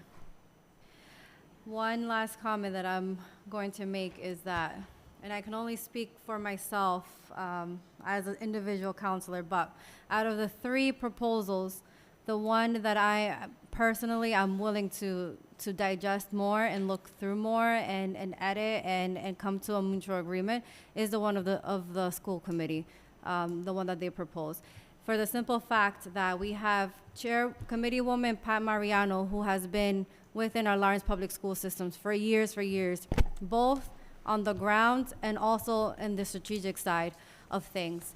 And we also have on this subcommittee a former city councilor that was in the seat that we're sitting in now and has been battling receivership from a councilor perspective. And no offense to the vice chair and committeeman Roa, but these 2 individuals come with great experience, and especially Committeewoman Mariano, they're the front lines of our schools and our Lawrence Public Schools. And with 4 of them together, they're the ones talking to the kids every day. They're the ones talking to the parents every day. I'm sorry, the city councilors are not doing that every day, maybe here and there. The mayor's office is not doing that either. None of us have spoken to the people that are on the front line working for our Lawrence Public Schools. And this is coming also from a former Lawrence Public School student, so. Thank you, Councilor Vice President Infante. And I would like to open the floor for committee member Jonathan Guzman, the Vice President of the School Committee. And can you go over your proposal, just like Councilor Levy went over her proposal? On a parliamentary inquiry, Mr. President. Sure. So the question for you is, can you please describe for us how we are to proceed as far as amendments, as far as votes, so I have an understanding as to how the process. I also have a suggestion that I like to offer, and I don't know when the right time is to do that. Yeah, the right time will come. In the meantime, we'll at least hear out the proposal. That's what we have. Essentially, down the road, once we understand both of the proposals, the council will decide whether they want to pick one of the 2, or we can entertain other suggestions. In the meantime, School Committee member Jonathan Guzman, you have the floor to explain to us what is it that we have in front of us. Yeah, definitely. You know, I can speak on for my capacity as the district school committee member that I do not endorse Councilwoman Ana Levy's Just proposal. talk about yours. And I would like, sorry, Council President. No, I say just discuss yours so we can have a better idea of yours. Yes, we could Or definitely the talk school about it. There committee has been a lot of attacks to the school committee body, and I was hoping at any moment that we were gonna call to defend ourselves every time that the school committee is mentioned, and there's no ask for the school committee to respond, right? And I want to say that. I want to be able to defend the men and women that I'm able to serve with.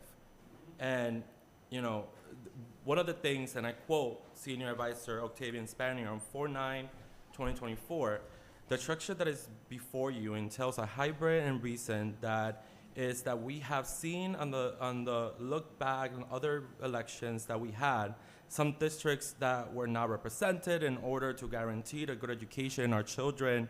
The goodwill is not enough. We need more goodwill. We need people that are parents that are interested and dedicated. We need experts in the field to support the school leadership in case it would be a superintendent, in order for us to guide our students are going to be educated and to set priorities, not only in terms of academic portion, but to the good steward and finance, because it will be the city that is responsible for that. And I'm so fortunate that my own counselor just walked away as his school committee was speaking. And to talk about these particular questions, do we have a school committee, right, that is professional background in education and financing?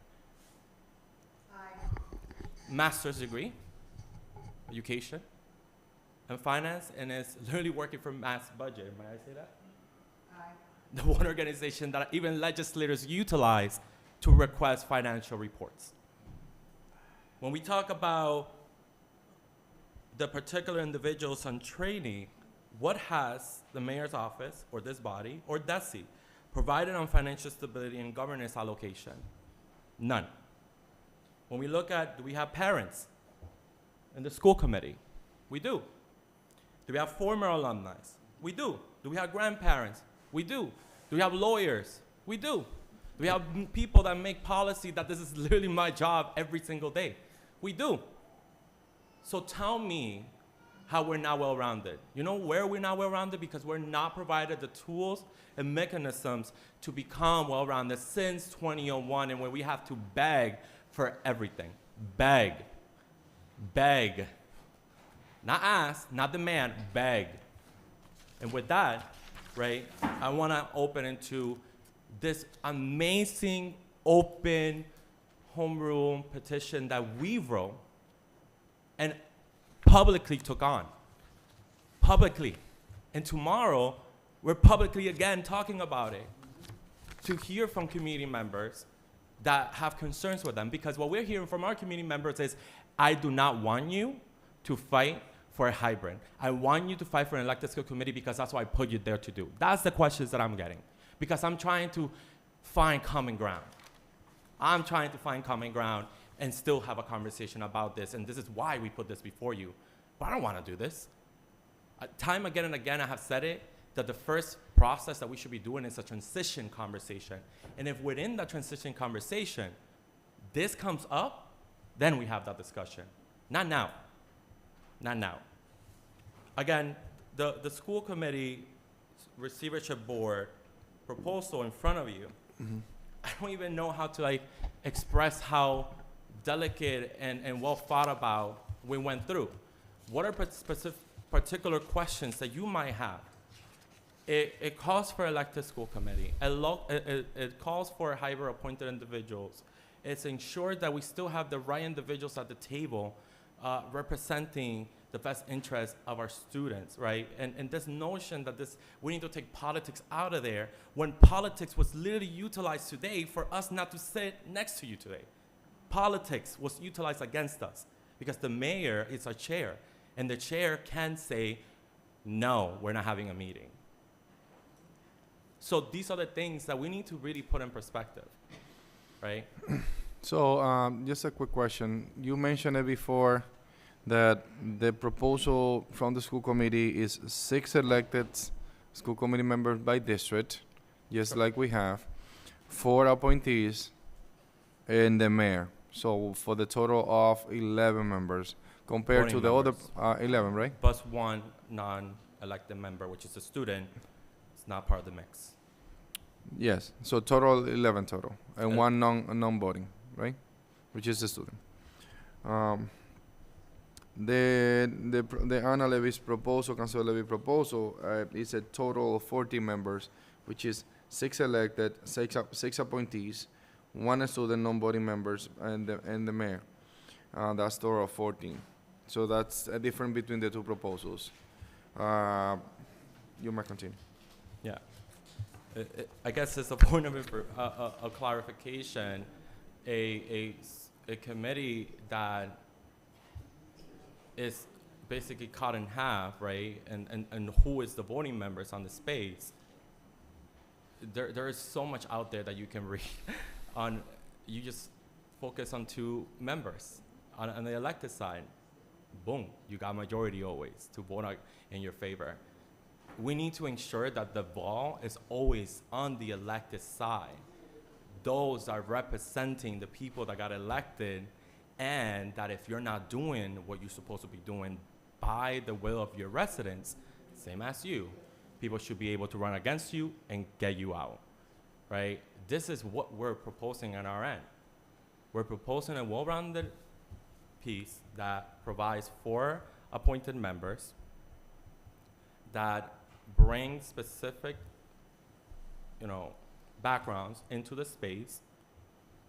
It even allows the mayor to appoint a designee, because we know that agenda is really busy all the time to show up to important meetings. So making sure that there's experts within that office there, right? So another difference that I have noticed on both of the proposals is that the school committee members majority elected, and the Councilor Levy's proposal is not majority elected. It's less elected. It's 14 total members, 13 voting members, 6 members. So it's not is majority elected with the mayor, but not the school committee members. So that's another difference between the two. With all respect, Council President, our proposal is completely different from the proposals that both parties have proposed to you. Completely different. It's really comprehensible. We're utilizing language that is currently on the law, on the city charter, and we're expanding based on our year of experience, from administrative experience, from ensuring that this notions that the school committee, needs the expertise of financial on the school committee when you literally are entitled of hiring people that have the expertise to doing that work. What we're doing here is creating a governing body. A governing body, well, not what we're doing here, I guess. What the mayor and this body is entertaining is restructuring with this ideology that is with the transition. And I will say it again and again and again. Tell me if there's any public statement. Even today, the Commissioner of Education didn't even speak about any transition plan about the Lawrence Public Schools, but did say that he sat down with Southbridge School because the school committee, the city council, the mayor asked for it, and they sat down and they spoke about a transition plan. Look at that. They're having discussions about a transition plan right now. Southbridge, Holyoke. But here we are talking about disrupting an elected school committee when those bodies who are elected fully are talking about a transition plan with their elected school committee.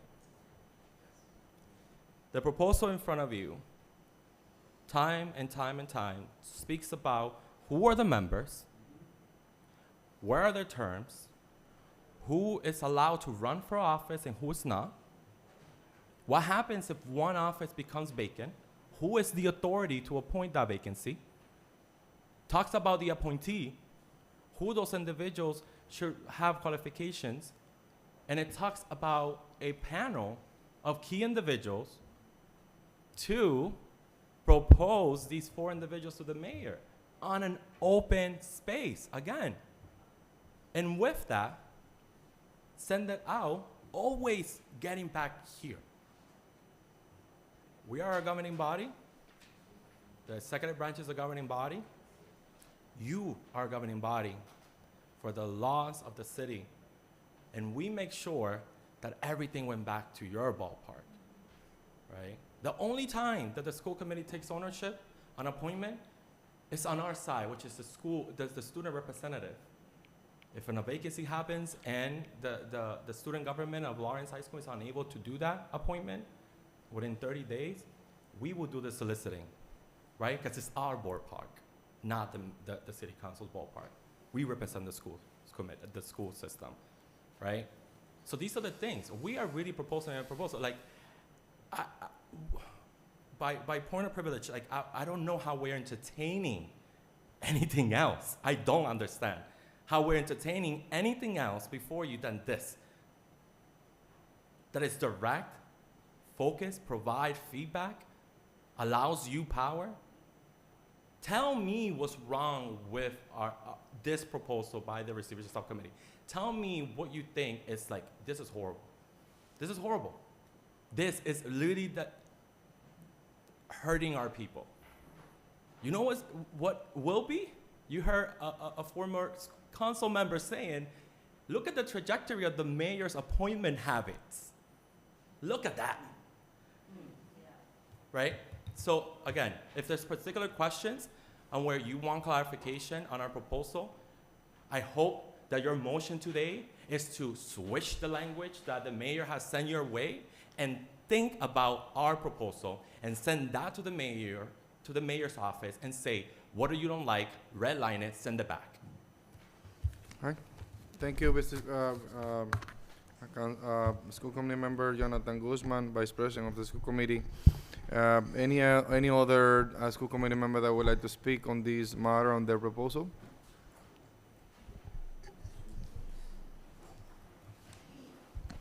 Good evening, Myra Ortiz, School Committee, District A, 45 Norris Street.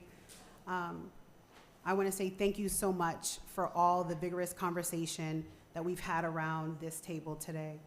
I also, the first time that I'm hearing about the third proposal was just now, so that's questionable for me as well. With con todo respeto to Committeewoman Levy, I fully respect, but we were not aware. So the practice in itself of having closed door conversations continues to circumvent democracy. What I would ask in this space is that we continue the conversation, but we also understand that we're having the right conversation. As Vice Chair Guzman shared out, other communities that are in receivership have the ear, right? Have the ear and are having the right conversations. Like crabs in a bucket, Lawrence is acting in this moment for power instead of gaining democracy in this space and having the conversation about a transition plan and showing that our community matters, that we work together, that it doesn't take a gas explosion for us to come together and have one voice and one sound, that our votes matter here, not just for photo ops. What are we the gateway to? Are we gatekeepers? Don't let me start. I don't want to preach. And with all passion, I joined the school committee initially because I never gave up my parental rights. And you can look at the videos, I've said that before. I walked in and attempted to become a city councilor, and it happened unconventionally, but it happened, and I served respectfully alongside some of you. And I chose, with all respect to my district councilor at the moment, I chose not to take that seat and run for that seat because my passion is in the school committee. My passion is in the Lawrence school system. My passion is in democracy and actually engaging our people in what their power is when only in municipality, in this space, right? 1-to-1 vote, 1-to-1. We know around this table that they were recounts because one vote matters, 1-to-1. Our kids are spoken down to, and it hasn't gotten better. But yet they don't get to see the same faces in their classrooms. But yet the teachers don't have anybody to talk to because we want to change or direct the narrative as politics instead of what's really happening here. Voter suppression. Marginalized communities can't possibly hold office or decide for themselves how to govern themselves. So what chance, as I now have a granddaughter walking through this building and 2 children that have a trauma story from Lawrence Public Schools under receivership, what chance do they have if we don't exercise and protect our democracy and lead, I say, the narrative in this state?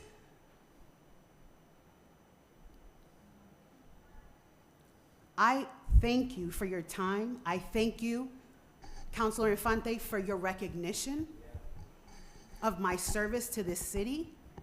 I thank you respectfully for the conversations and the listening posture that I've witnessed in this space.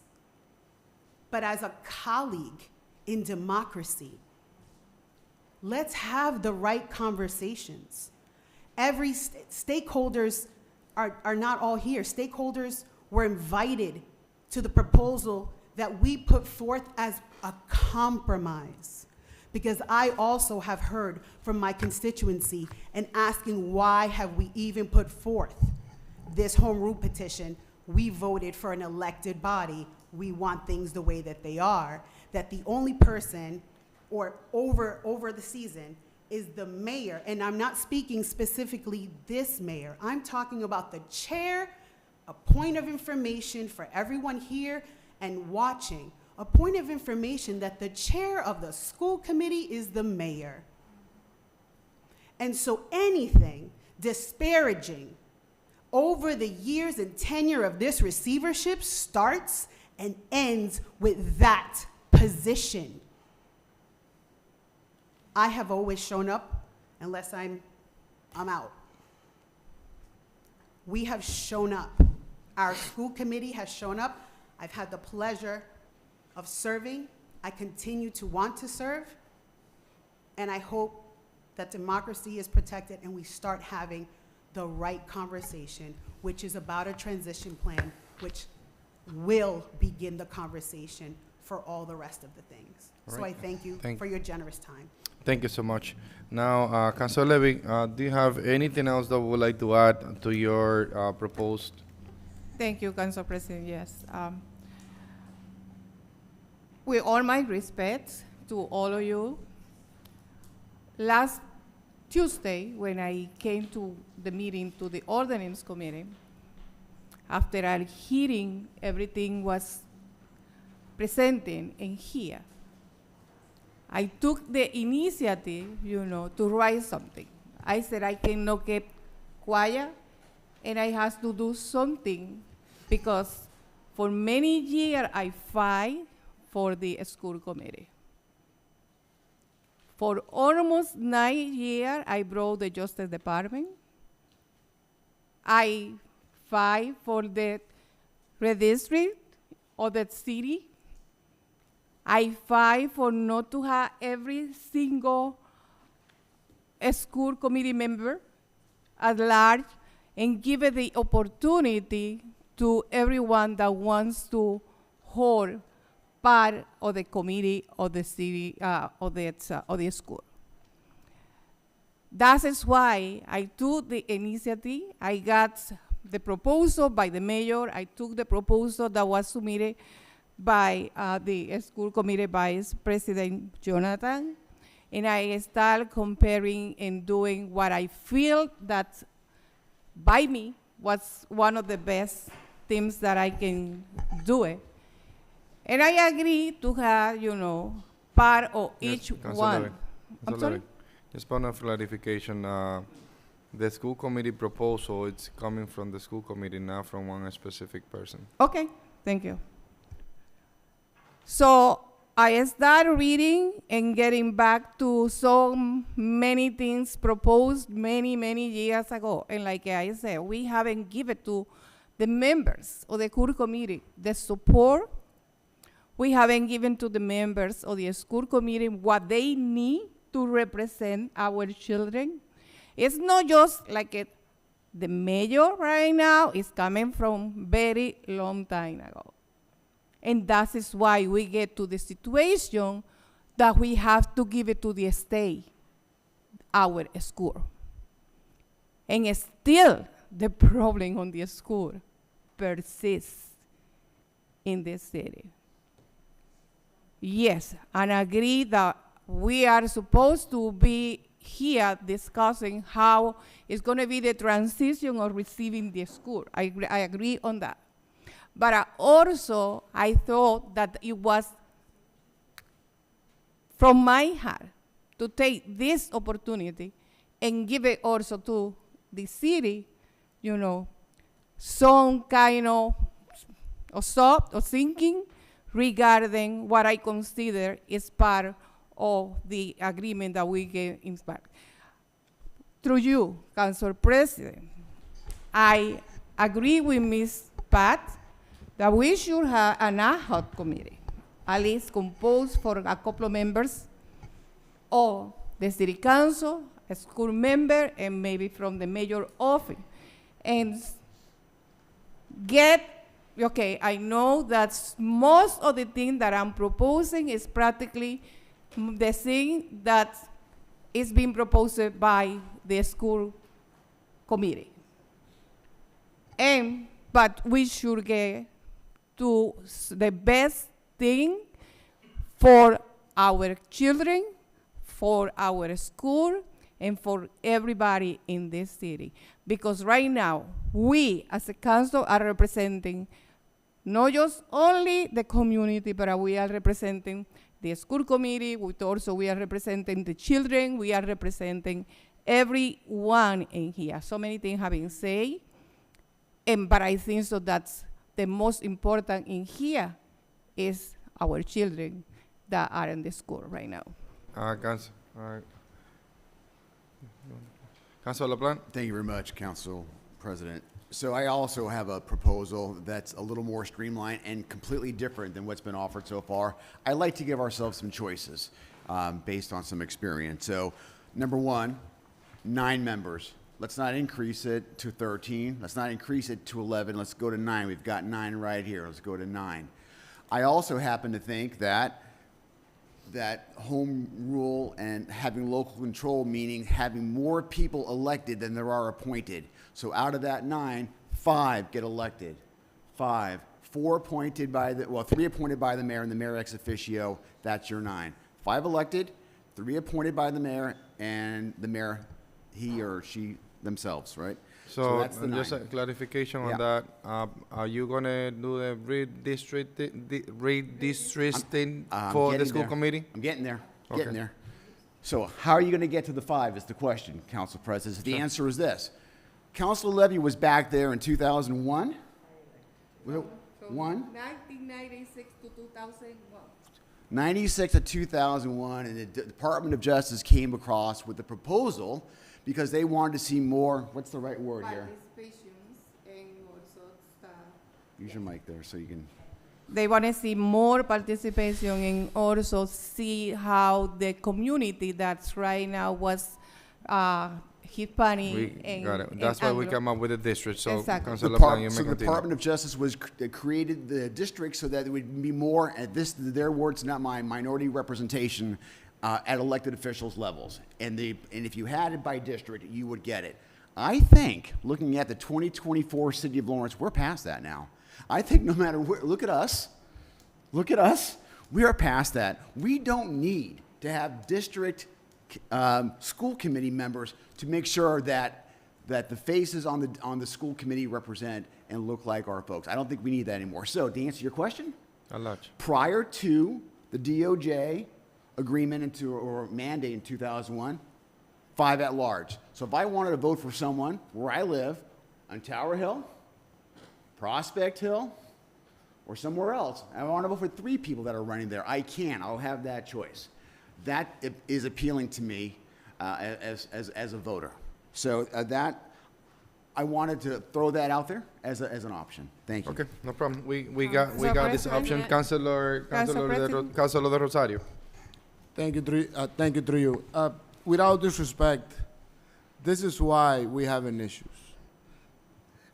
We invited the mayor's office and their people to sit down and talk to us, and they did not show up. But they sit down with Ana Levy, and Ana Levy after that brought out a petition without even talking to the school committee. And that's why we're having those issues. Those issues is that individuals are trying to make decisions for a committee. For a committee of 9 members, even if they don't have 9, but 9 members, and only one person is trying to make a decision and make proposal for them, and not inviting them to make the decisions. Today, the purpose of this meeting was to have that conversation and that proposal that Ana Levy brought up, but with the mayor's representation here and say, you know what? We meet up with Ana Levy, and this is what we think we should bring. Jonathan, how do you feel? Vice President Jonathan, how do you feel about this? Ms. Palmariano, how do you feel about this? But no, some of us, not me, some of us want to make our own proposals without communicating with the school committee. And that's the main issues that we've been having for the years. Again, the purpose of this meeting was to sit down and have a conversation all together. It was 2 proposals, now we have 4. It was 2 proposals, and out of the 2 proposals, we should have combined them and maybe bring one to make one better. Now we have 4. And I'm not telling you this was better or this is that. The only thing worse is that we are still, as individuals, trying to make a decision and create home petition for our whole committee. And that's All right. what's wrong. Thank you so much, you. Councilor. We are getting close to a vote, and we have one proposal that has been endorsed by the mayor that therefore overlap the mayor's proposal. Correct? And I want to clarify that so we can have one less proposal if that's correct. So my question would be, does Council Levy proposal encounter everything that the mayors want for the school committee? Council President, if I may, through you, Sure. and councilors, I think tonight and I heard Councilor De Rosario, and this is part of, government. People have the freedom to express themselves. My question would be, if the city council were to entertain the suggestion, because the mayor informed you that he just came back. I heard tonight from Mrs. Pat Mariano, that for us to sit down and meet, and the mayor has said the same thing. He said, listen, I just came out of travel, and he wasn't ready to attend the meeting. So the question would be, if the council would entertain for us to table the matter and for us to have a moment for discussion. Quick question before we do that. Is the mayor gonna be here respectfully? I'm respectfully I asking mean, you. if we Or can- you gonna be here? I mean, it could be the mayor that could be here. I mean, I don't think he would have a problem to be here. Because, I mean, if, I'll definitely entertain the motion, but we, based on history tells what might happen. That's why we shouldn't repeat, mistakes from the back, but I mean, the mayor never come up just for the budget and for that State of the Union, State of the City. Is he's gonna come back to discuss with us this proposal, or this is something that is gonna allow the staff to get ready and propose something I else? believe that if the council would like to invite the mayor to the meeting, he will be here. I mean, he's interested in participating. He has participated in the LAE board's meeting. He has attended on a regular basis. So I don't see the reason why he cannot come. No problem. I will entertain that motion later on, but before, I would like to note it down, before you leave, Mr. Spanner. Just stay right there. I would like to narrow it down to a few proposals that we have in front of us, so that way when we meet again, if the council desire, either for public hearing or any other thing, or including the proposal for the mayor to have a joint meeting, we have more specific, we have something more narrowed down. We have the mayor's proposal, the original mayor's proposal, that based on conversation that we have here, the mayor's office worked with Councilor Levy and come up with a potential proposal. So it would be fair to say that the mayor's original proposal was overlapped by the Council Levy's proposal, which encounter everything that the mayors want. So is that the case? Yes, correct. Okay. Council With that said, councilors, I would Council like to. President. And each, if I may, at the mayor's open, what we're looking at just for the sake of conversation that was here tonight, in all communities in Massachusetts, or most of them, you have the mayor, because the mayor presents the budget to the city council. The mayor represents its constituents as well. And that's the importance of having the mayor serve as chair. And that would be one of the consideration that I would make a request. Yeah, And based on the and conversation tonight we're not finishing up this conversation tonight. We're just narrowing down proposals that we have in front of us, and therefore I'll entertain a motion Council to. President. Just let me finish this. I will entertain a motion to consider that or reduce the 4 proposals that we have in front of us by voting against perhaps the original mayor's proposal, because the Ana Levy's proposals is encountering the mayor's desire, perhaps. That could be an idea, so we can have then eventually 3 proposals: the school committee proposal, Ana Levy's, Councilor Levy's proposal, and the suggestion that Councilor LaPlante has brought up to us as well, and we can add it down to that aspect. Council, might be easier if I may suggest this, that I withdraw my initial motion for the mayors, replace it with the Anna Levy motion and substitute that. Now, the levy amendment will be the vehicle by which we'll have the conversation, since that So, seems to be the that's a agreement. motion to withdraw?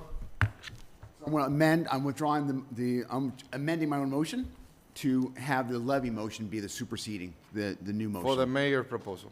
As the mayor's proposal, and that's what we're gonna be voting off of, the levy. That's for the mayor's proposal, and then we're gonna consider the other three. That's right. So I'm taking, right now, the motion was to approve the mayor's recommendation, mayor's proposal. I'm withdrawing that, and I'm substituting that with the levy amendment. Okay. Or levy motion. So that's gonna be All the right, underlying. can I hear a second?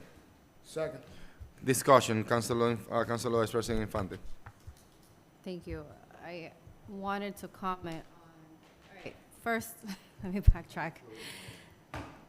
The motion at hand that we're discussing right now is to approve the proposal from so- Councilor Levy, and that would be the main, if passed, that would be the main proposal that the city council will work No. off of.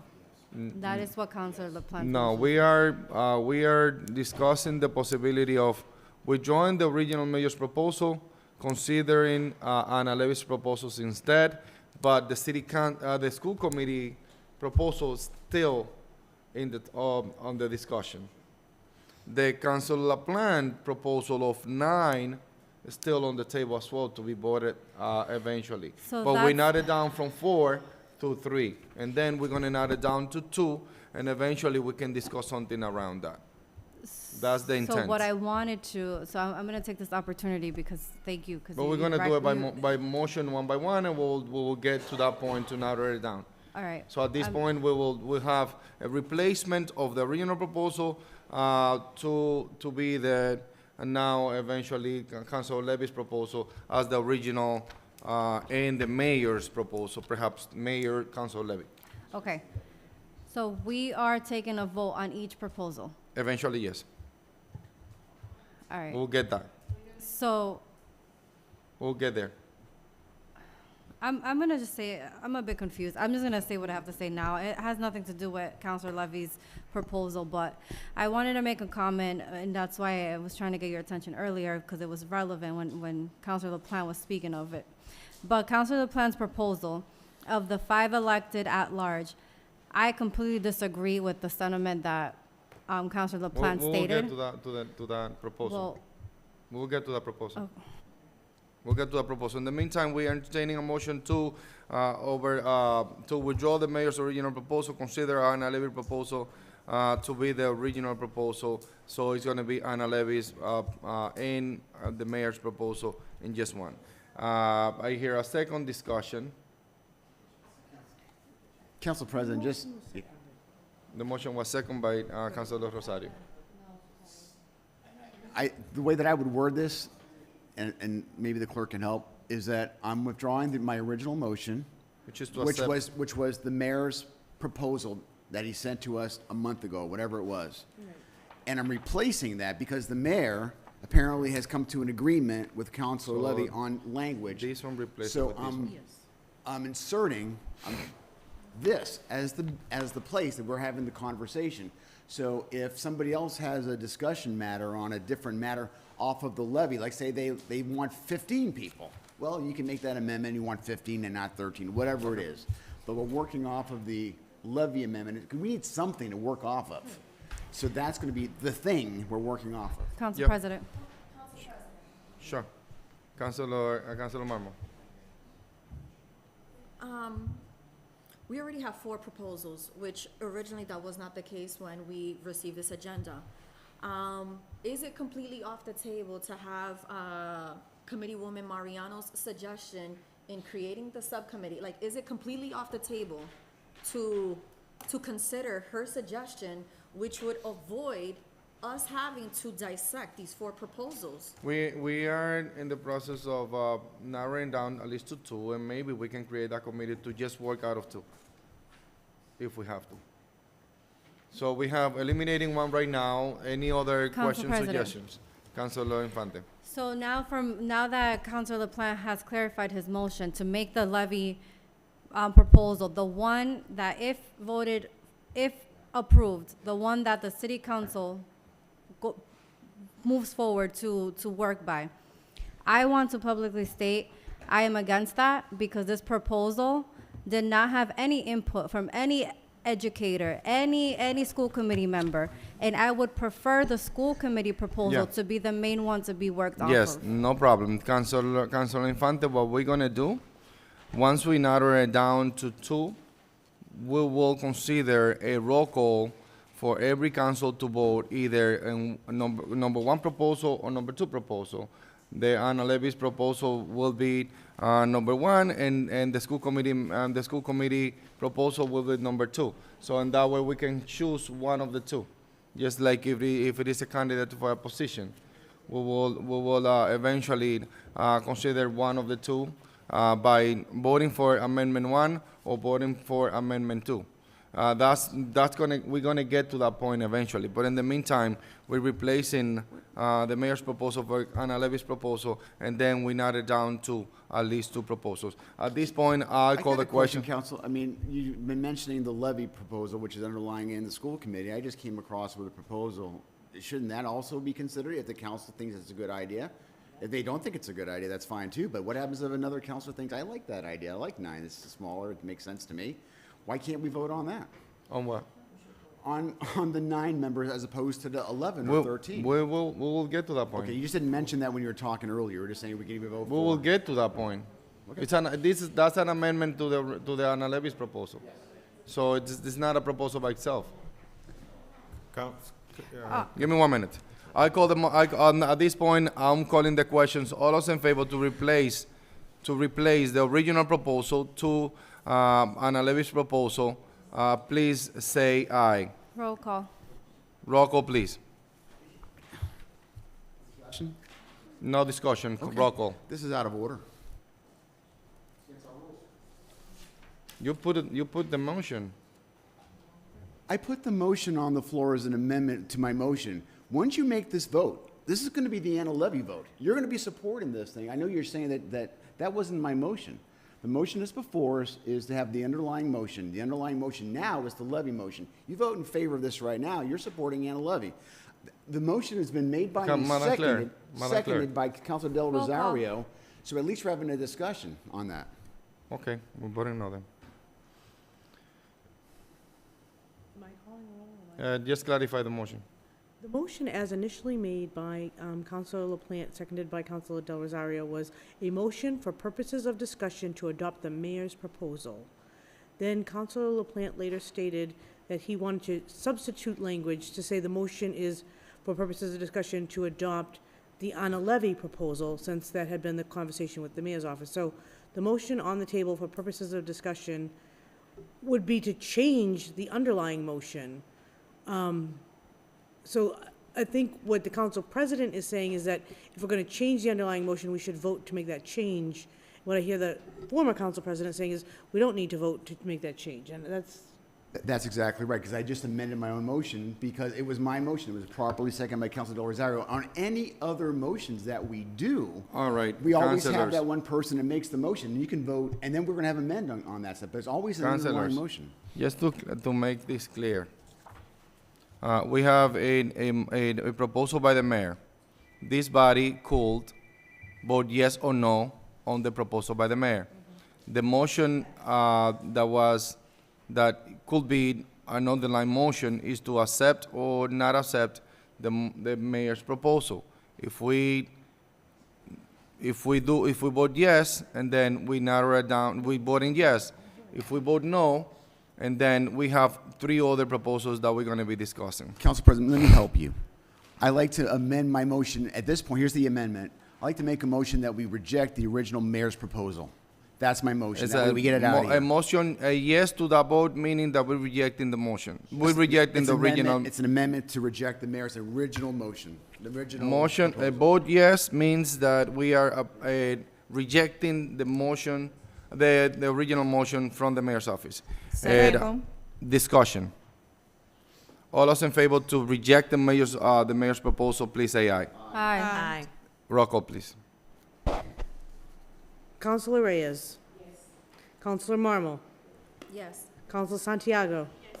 Councilor Del Rosario. Yes. Councilor Luzon. Yes. Councilor LaPlante. Yes. Councilor Levy. Yes. Councilor Infante. Yes.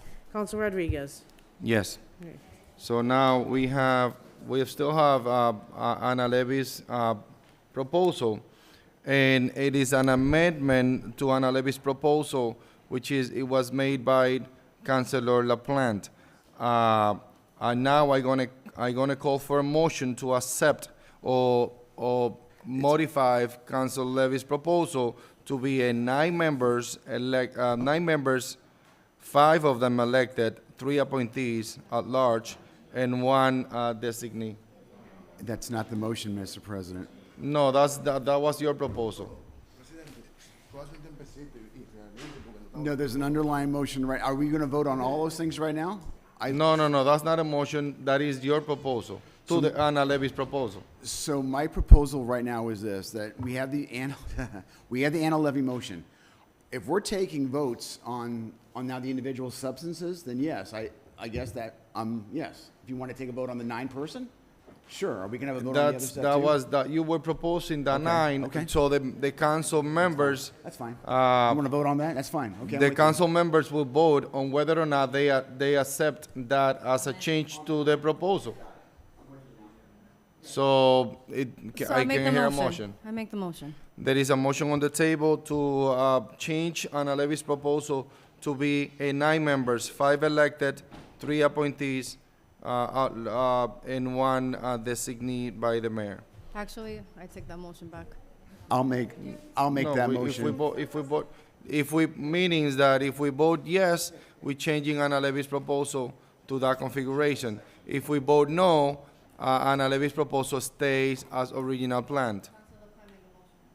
So Councilor LaPlante made a motion. I'll make that motion for the 9. Can I hear a second for the 5 and 9 4. and 5 at large? A motion. There is a motion on the table. I entertain a second if it is a second. Second. Properly Discussion. second discussion. Councilor Discussion. Vice President Infante. Thank you.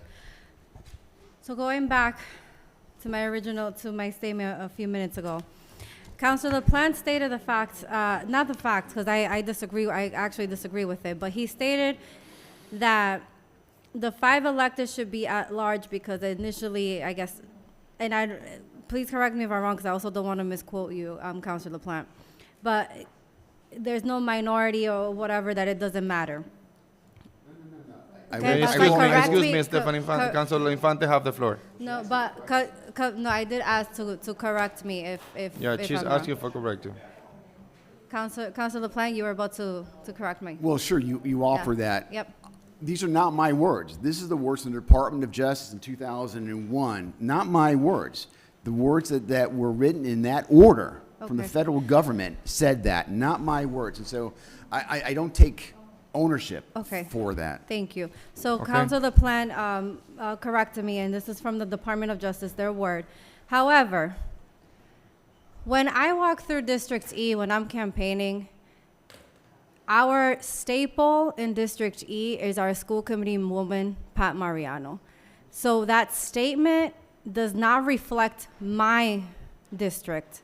So I do not agree with that statement, and I do not agree with 5 at-large elected school committee members. Strictly from my own, I don't know about the other districts, but from what I experienced in District E, and that's all I'm gonna say. All right, Councilor Infante just stated that she's against the 9 members, 5 at large. Any other councilors would like to speak on this matter? At this point, I'll call the roll call. Council President. Oh, and Councilor Levy. Thank you, Council President. I'm doing practically the same comment that Council Vice President was doing. Okay, no problem. Okay, so yes, we were not represented before Mr. when it was elected, and everybody was only 5 members of the whole committee, and they all were at large. Okay. I remember one of the elections that we had about 7 Hispanic people running, and none of them were able to enter as a part of the school committee. Okay, understood. Thank you. So much. Mr. Spanner, you have some comments? Not comments, basically a question. Basically the proposal that came from the school committee before you. Okay. I mean, the mayor is part of it. We need to know, I mean, from the mayor's office, we haven't received any vote. I mean, whatever is presented to you, was there a vote on it? I mean, No. And so- currently, so how will the city currently, we have this proposal, just like we have the mayor's office proposal, and we are storing both proposals. Yes, but my question would be, has there been a vote No. on their recommendation to you? Well, it was I'm assuming that it was a vote from the school committee to present it to us. Yeah, that particular question, I guess, is addressed to the school committee. So the school committee subcommittee on receivership presented, as Vice President Infante mentioned, the proposal of the receivership subcommittee of the Lawrence School Committee provided recommendation who has this item on their agenda. Yes. Voted on the recommendations before you. The Mhm. Lawrence School Committee as a whole has not voted on this. You got your answer? Before you is a recommendation from the subcommittee. Yeah. Right? Behind you, you have all the members per district. Ask them if they Okay. they support. So just to clarify that, the school committee as a whole haven't voted on it, but the subcommittee have a vote in favor to send this out to the city council. Well, I'm not, Understand, yeah. we need to address this with the city attorney. I mean, your body can continue to do that, but I'm questioning the legality of it. Council Well, President. give me 1 minute. I said that this is a proposal from 5 members of the school committee. At the end of the day, we are considering this as part of the council proposal for the home rule petition. A council proposal to the home rule petition. The mayor will have a choice to sign the home rule petition or not sign the home rule petition. This is not about legal or illegal when it comes to a document. This document was sent to us, and ultimately, this body, the city council, would vote on one of the proposals that is the actual home rule petition from the city council perspective.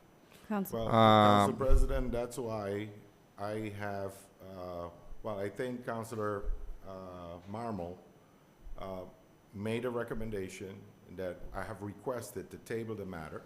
Yeah, and we that will you we can will we will consider get it to as that point well. in a second. Okay, good. We will get to that point in a Council second. President. Councilor Infante. Thank you. I want to comment respectfully, and I do have a good working relationship with the mayor, but respectfully to the mayor, I am going to state this though. He has not attended the school committee members.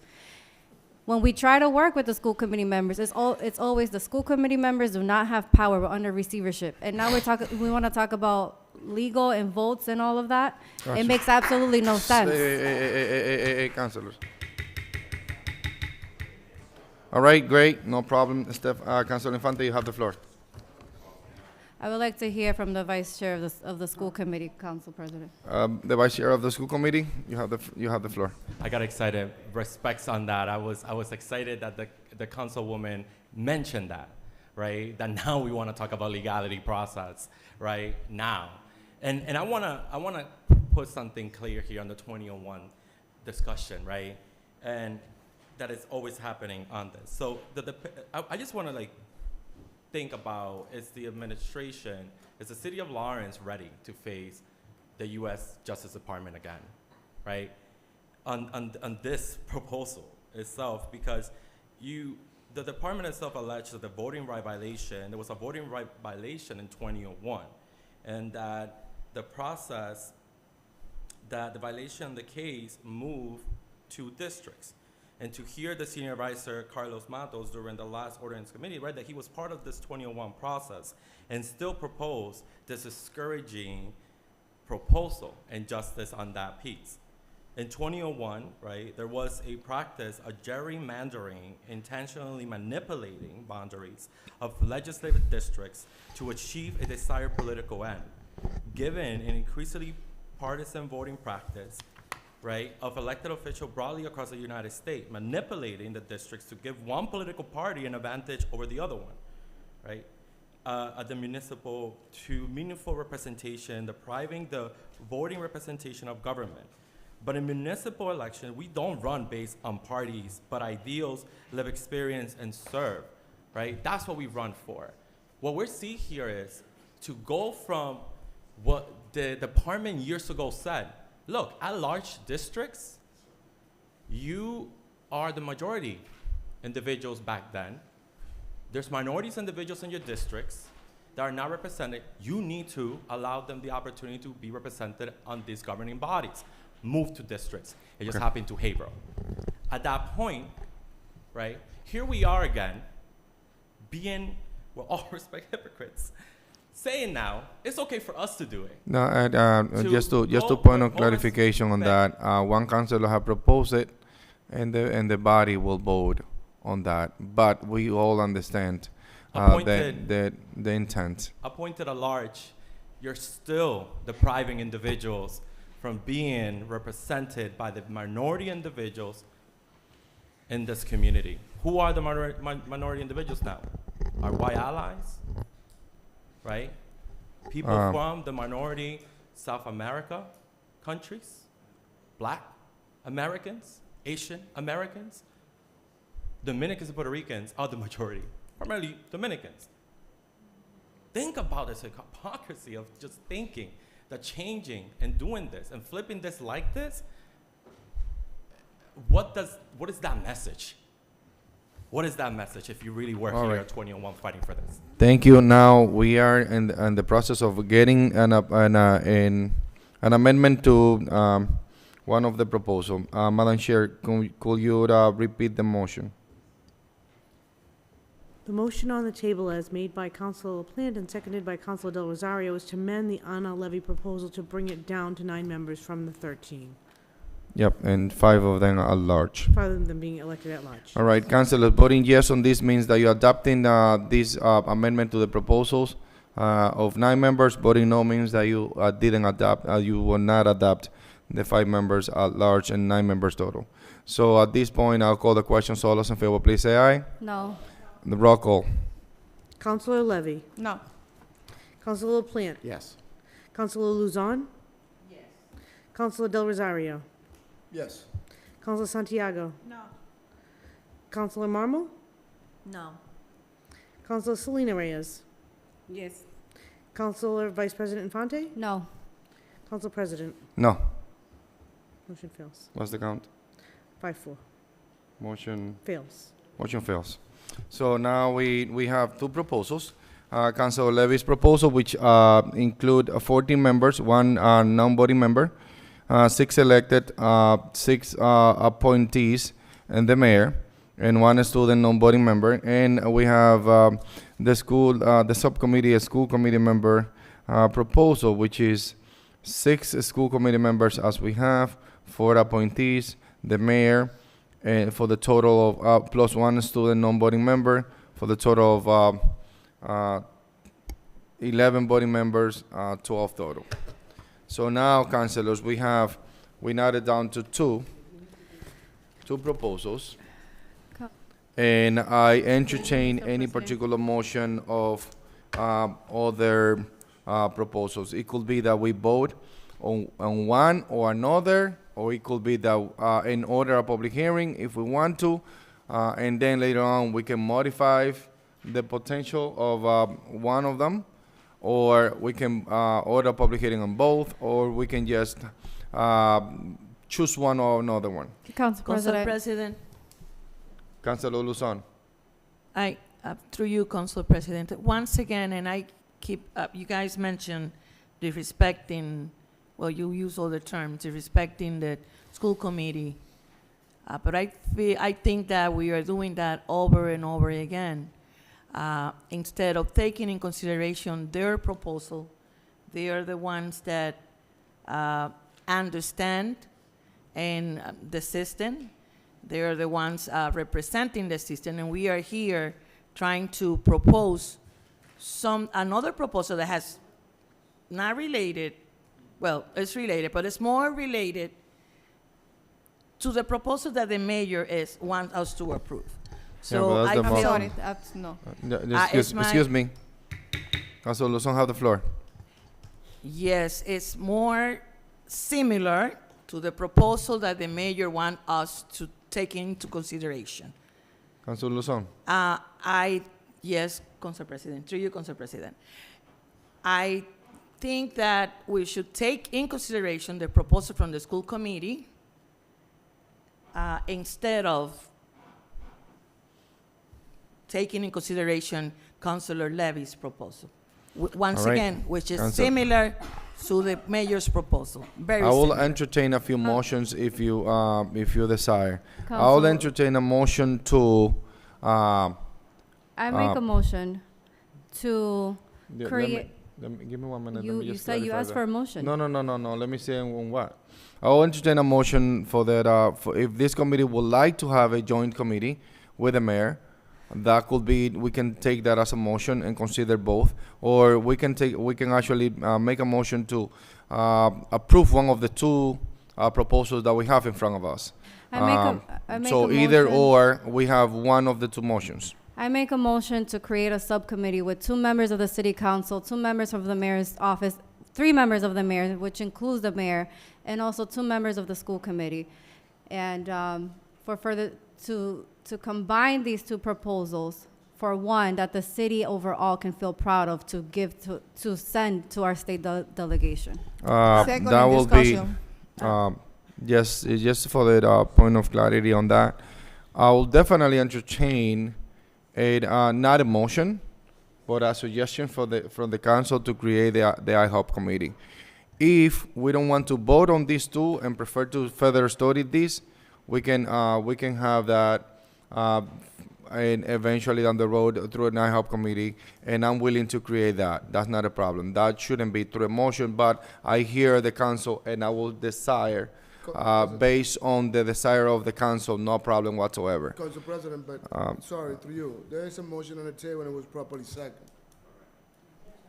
There's a motion on the table as we speak, now that you making all those suggestions, but it's a motion on the table and it was properly second. I think we should proceed with the motion and then figure it out. If that motion go through, we go through with that motion. If that goes and fails, then we go with your suggestion.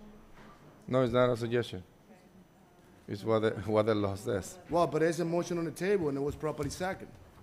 The vice chair made a motion, and Anna Levy, Councilor Anna Levy actually seconded. And I also said discussion. And after that, it's a discussion. So I think we should proceed with the motion that's on the table and see what would it take. Give me a moment. You, Council President, Discussion, because everybody wants to speak. Discussion. And as the vice,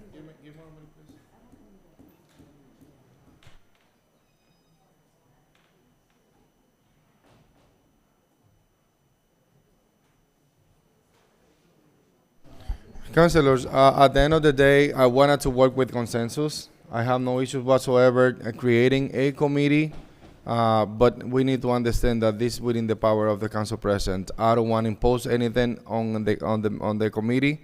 My intent is to work with the committee to make sure that we find common ground. If that's the way that we want it to go, we can definitely form a high committee on this item that with was my these two motion, Council proposals. President, to find a common ground and to take the suggestion that came directly from a school committee member, a long-standing school committee member.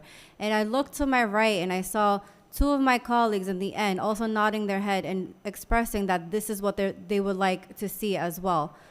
So what you just stated is the motion that's currently on the table. I could recognize the motion, but right after a moment. Councilors, I hear that a lot of councilors would like to consider one of the two. If that's not the case, we can consider both and sit down in an IHOP committee. We would like to vote on one, or would like to keep them both? Keep them both. discussion. Excuse me. No, this is not a vote. It's not a vote. It's not a Council vote yet. President, the motion at hand is for the ad hoc committee to go through both of these proposals and to hopefully combine them into one. Now, whomever, if there is a counselor that disagrees with that and believes that we should vote on one tonight, then that person has the right to vote no on this motion. We have a motion on the table, it's properly second. There's been discussion. Now it's time for a vote. And through you, Council President, And, if we voted to keep one motion, we should vote to We approve have- that motion. There's nothing to discuss with one motion on the table. Excuse me, we always have a discussion on items. I This is not understand, but not if an we take in exception. both, Council President, through you, if we take in. Excuse me, you're both- not being recognized. I will excuse You're myself, not being guys. Have a right. good You're night. not being recognized. No problem. Thank you so much. If you take the two home run petition, you pick one, you gotta vote for one. Your proposal is the best. You're not being recognized. Thank you so much. I will entertain a discussion on the items. We have Council Luzon that would like to discuss this. Council Luzon, you have the floor. Once again, I'm going to say that we should take in consideration the motion submitted by the school committee. The other motion that was presented by Councilor Ana Levy is very similar to the mayor's proposal. And I think it's disrespectful to the school committee. So if we want to take a vote, we should decide in which one. And I think we should take in consideration the school committee motion. All right, we have a motion that Proposal. I'm going to recognize to table this, I'm assuming it's to table and create an IHOP committee, Council Infante, correct? Is that your motion? To table and create an IHOP committee? Or it's another motion? So I think the table should be a separate motion. It's to create an IHOP committee. Is to create the IHOP. That's yeah. within the power of the city council president, but I will entertain the motion to be fair to the process. All those in favor to create an IHOP parliamentary- committee? All those in favor what's to the- create what's an the IHOP question? committee? Roll call, please. All those in favor to create the IHOP committee, please. Yes. Aye. The roll call, please. Councilor Reyes. Yes. Councilor Marmol. Noted. I'm sorry, she's absent. Councilor Santiago? Yes. Councilor Luzon? Yes. Councilor LaPlante? No. Councilor Levy? Yes. Councilor Vice President Infante? Yes. Council President? I vote yes. To be fair. Yes, At this point, we will create an IHOP committee with, as suggested by Councilor Vice President Infante, 2 members of the City Council, 3 members of the school committee, and the potential of 2 to 3 members from the mayor's office. At this point, councilors, we have 2 proposals in front of us. I'll entertain any other motion. Motion to table. Second. Motion to table, properly second, no discussion on the table matters. All those in favor, please say aye. Aye. The ayes have it. Any noes? The ayes have it. Councilors, I entertain any other motion. I got a question, Council President. What is your schedule for the ad hoc committees? When are you going to be selecting the individual councilors? Can you give us a roadmap as to where we're proceeding? We'll get that later. I Motion to entertain adjourn. any other motion. De ayer. There is a motion to adjourn, properly second. All those in favor, please say aye. Aye. The ayes have it.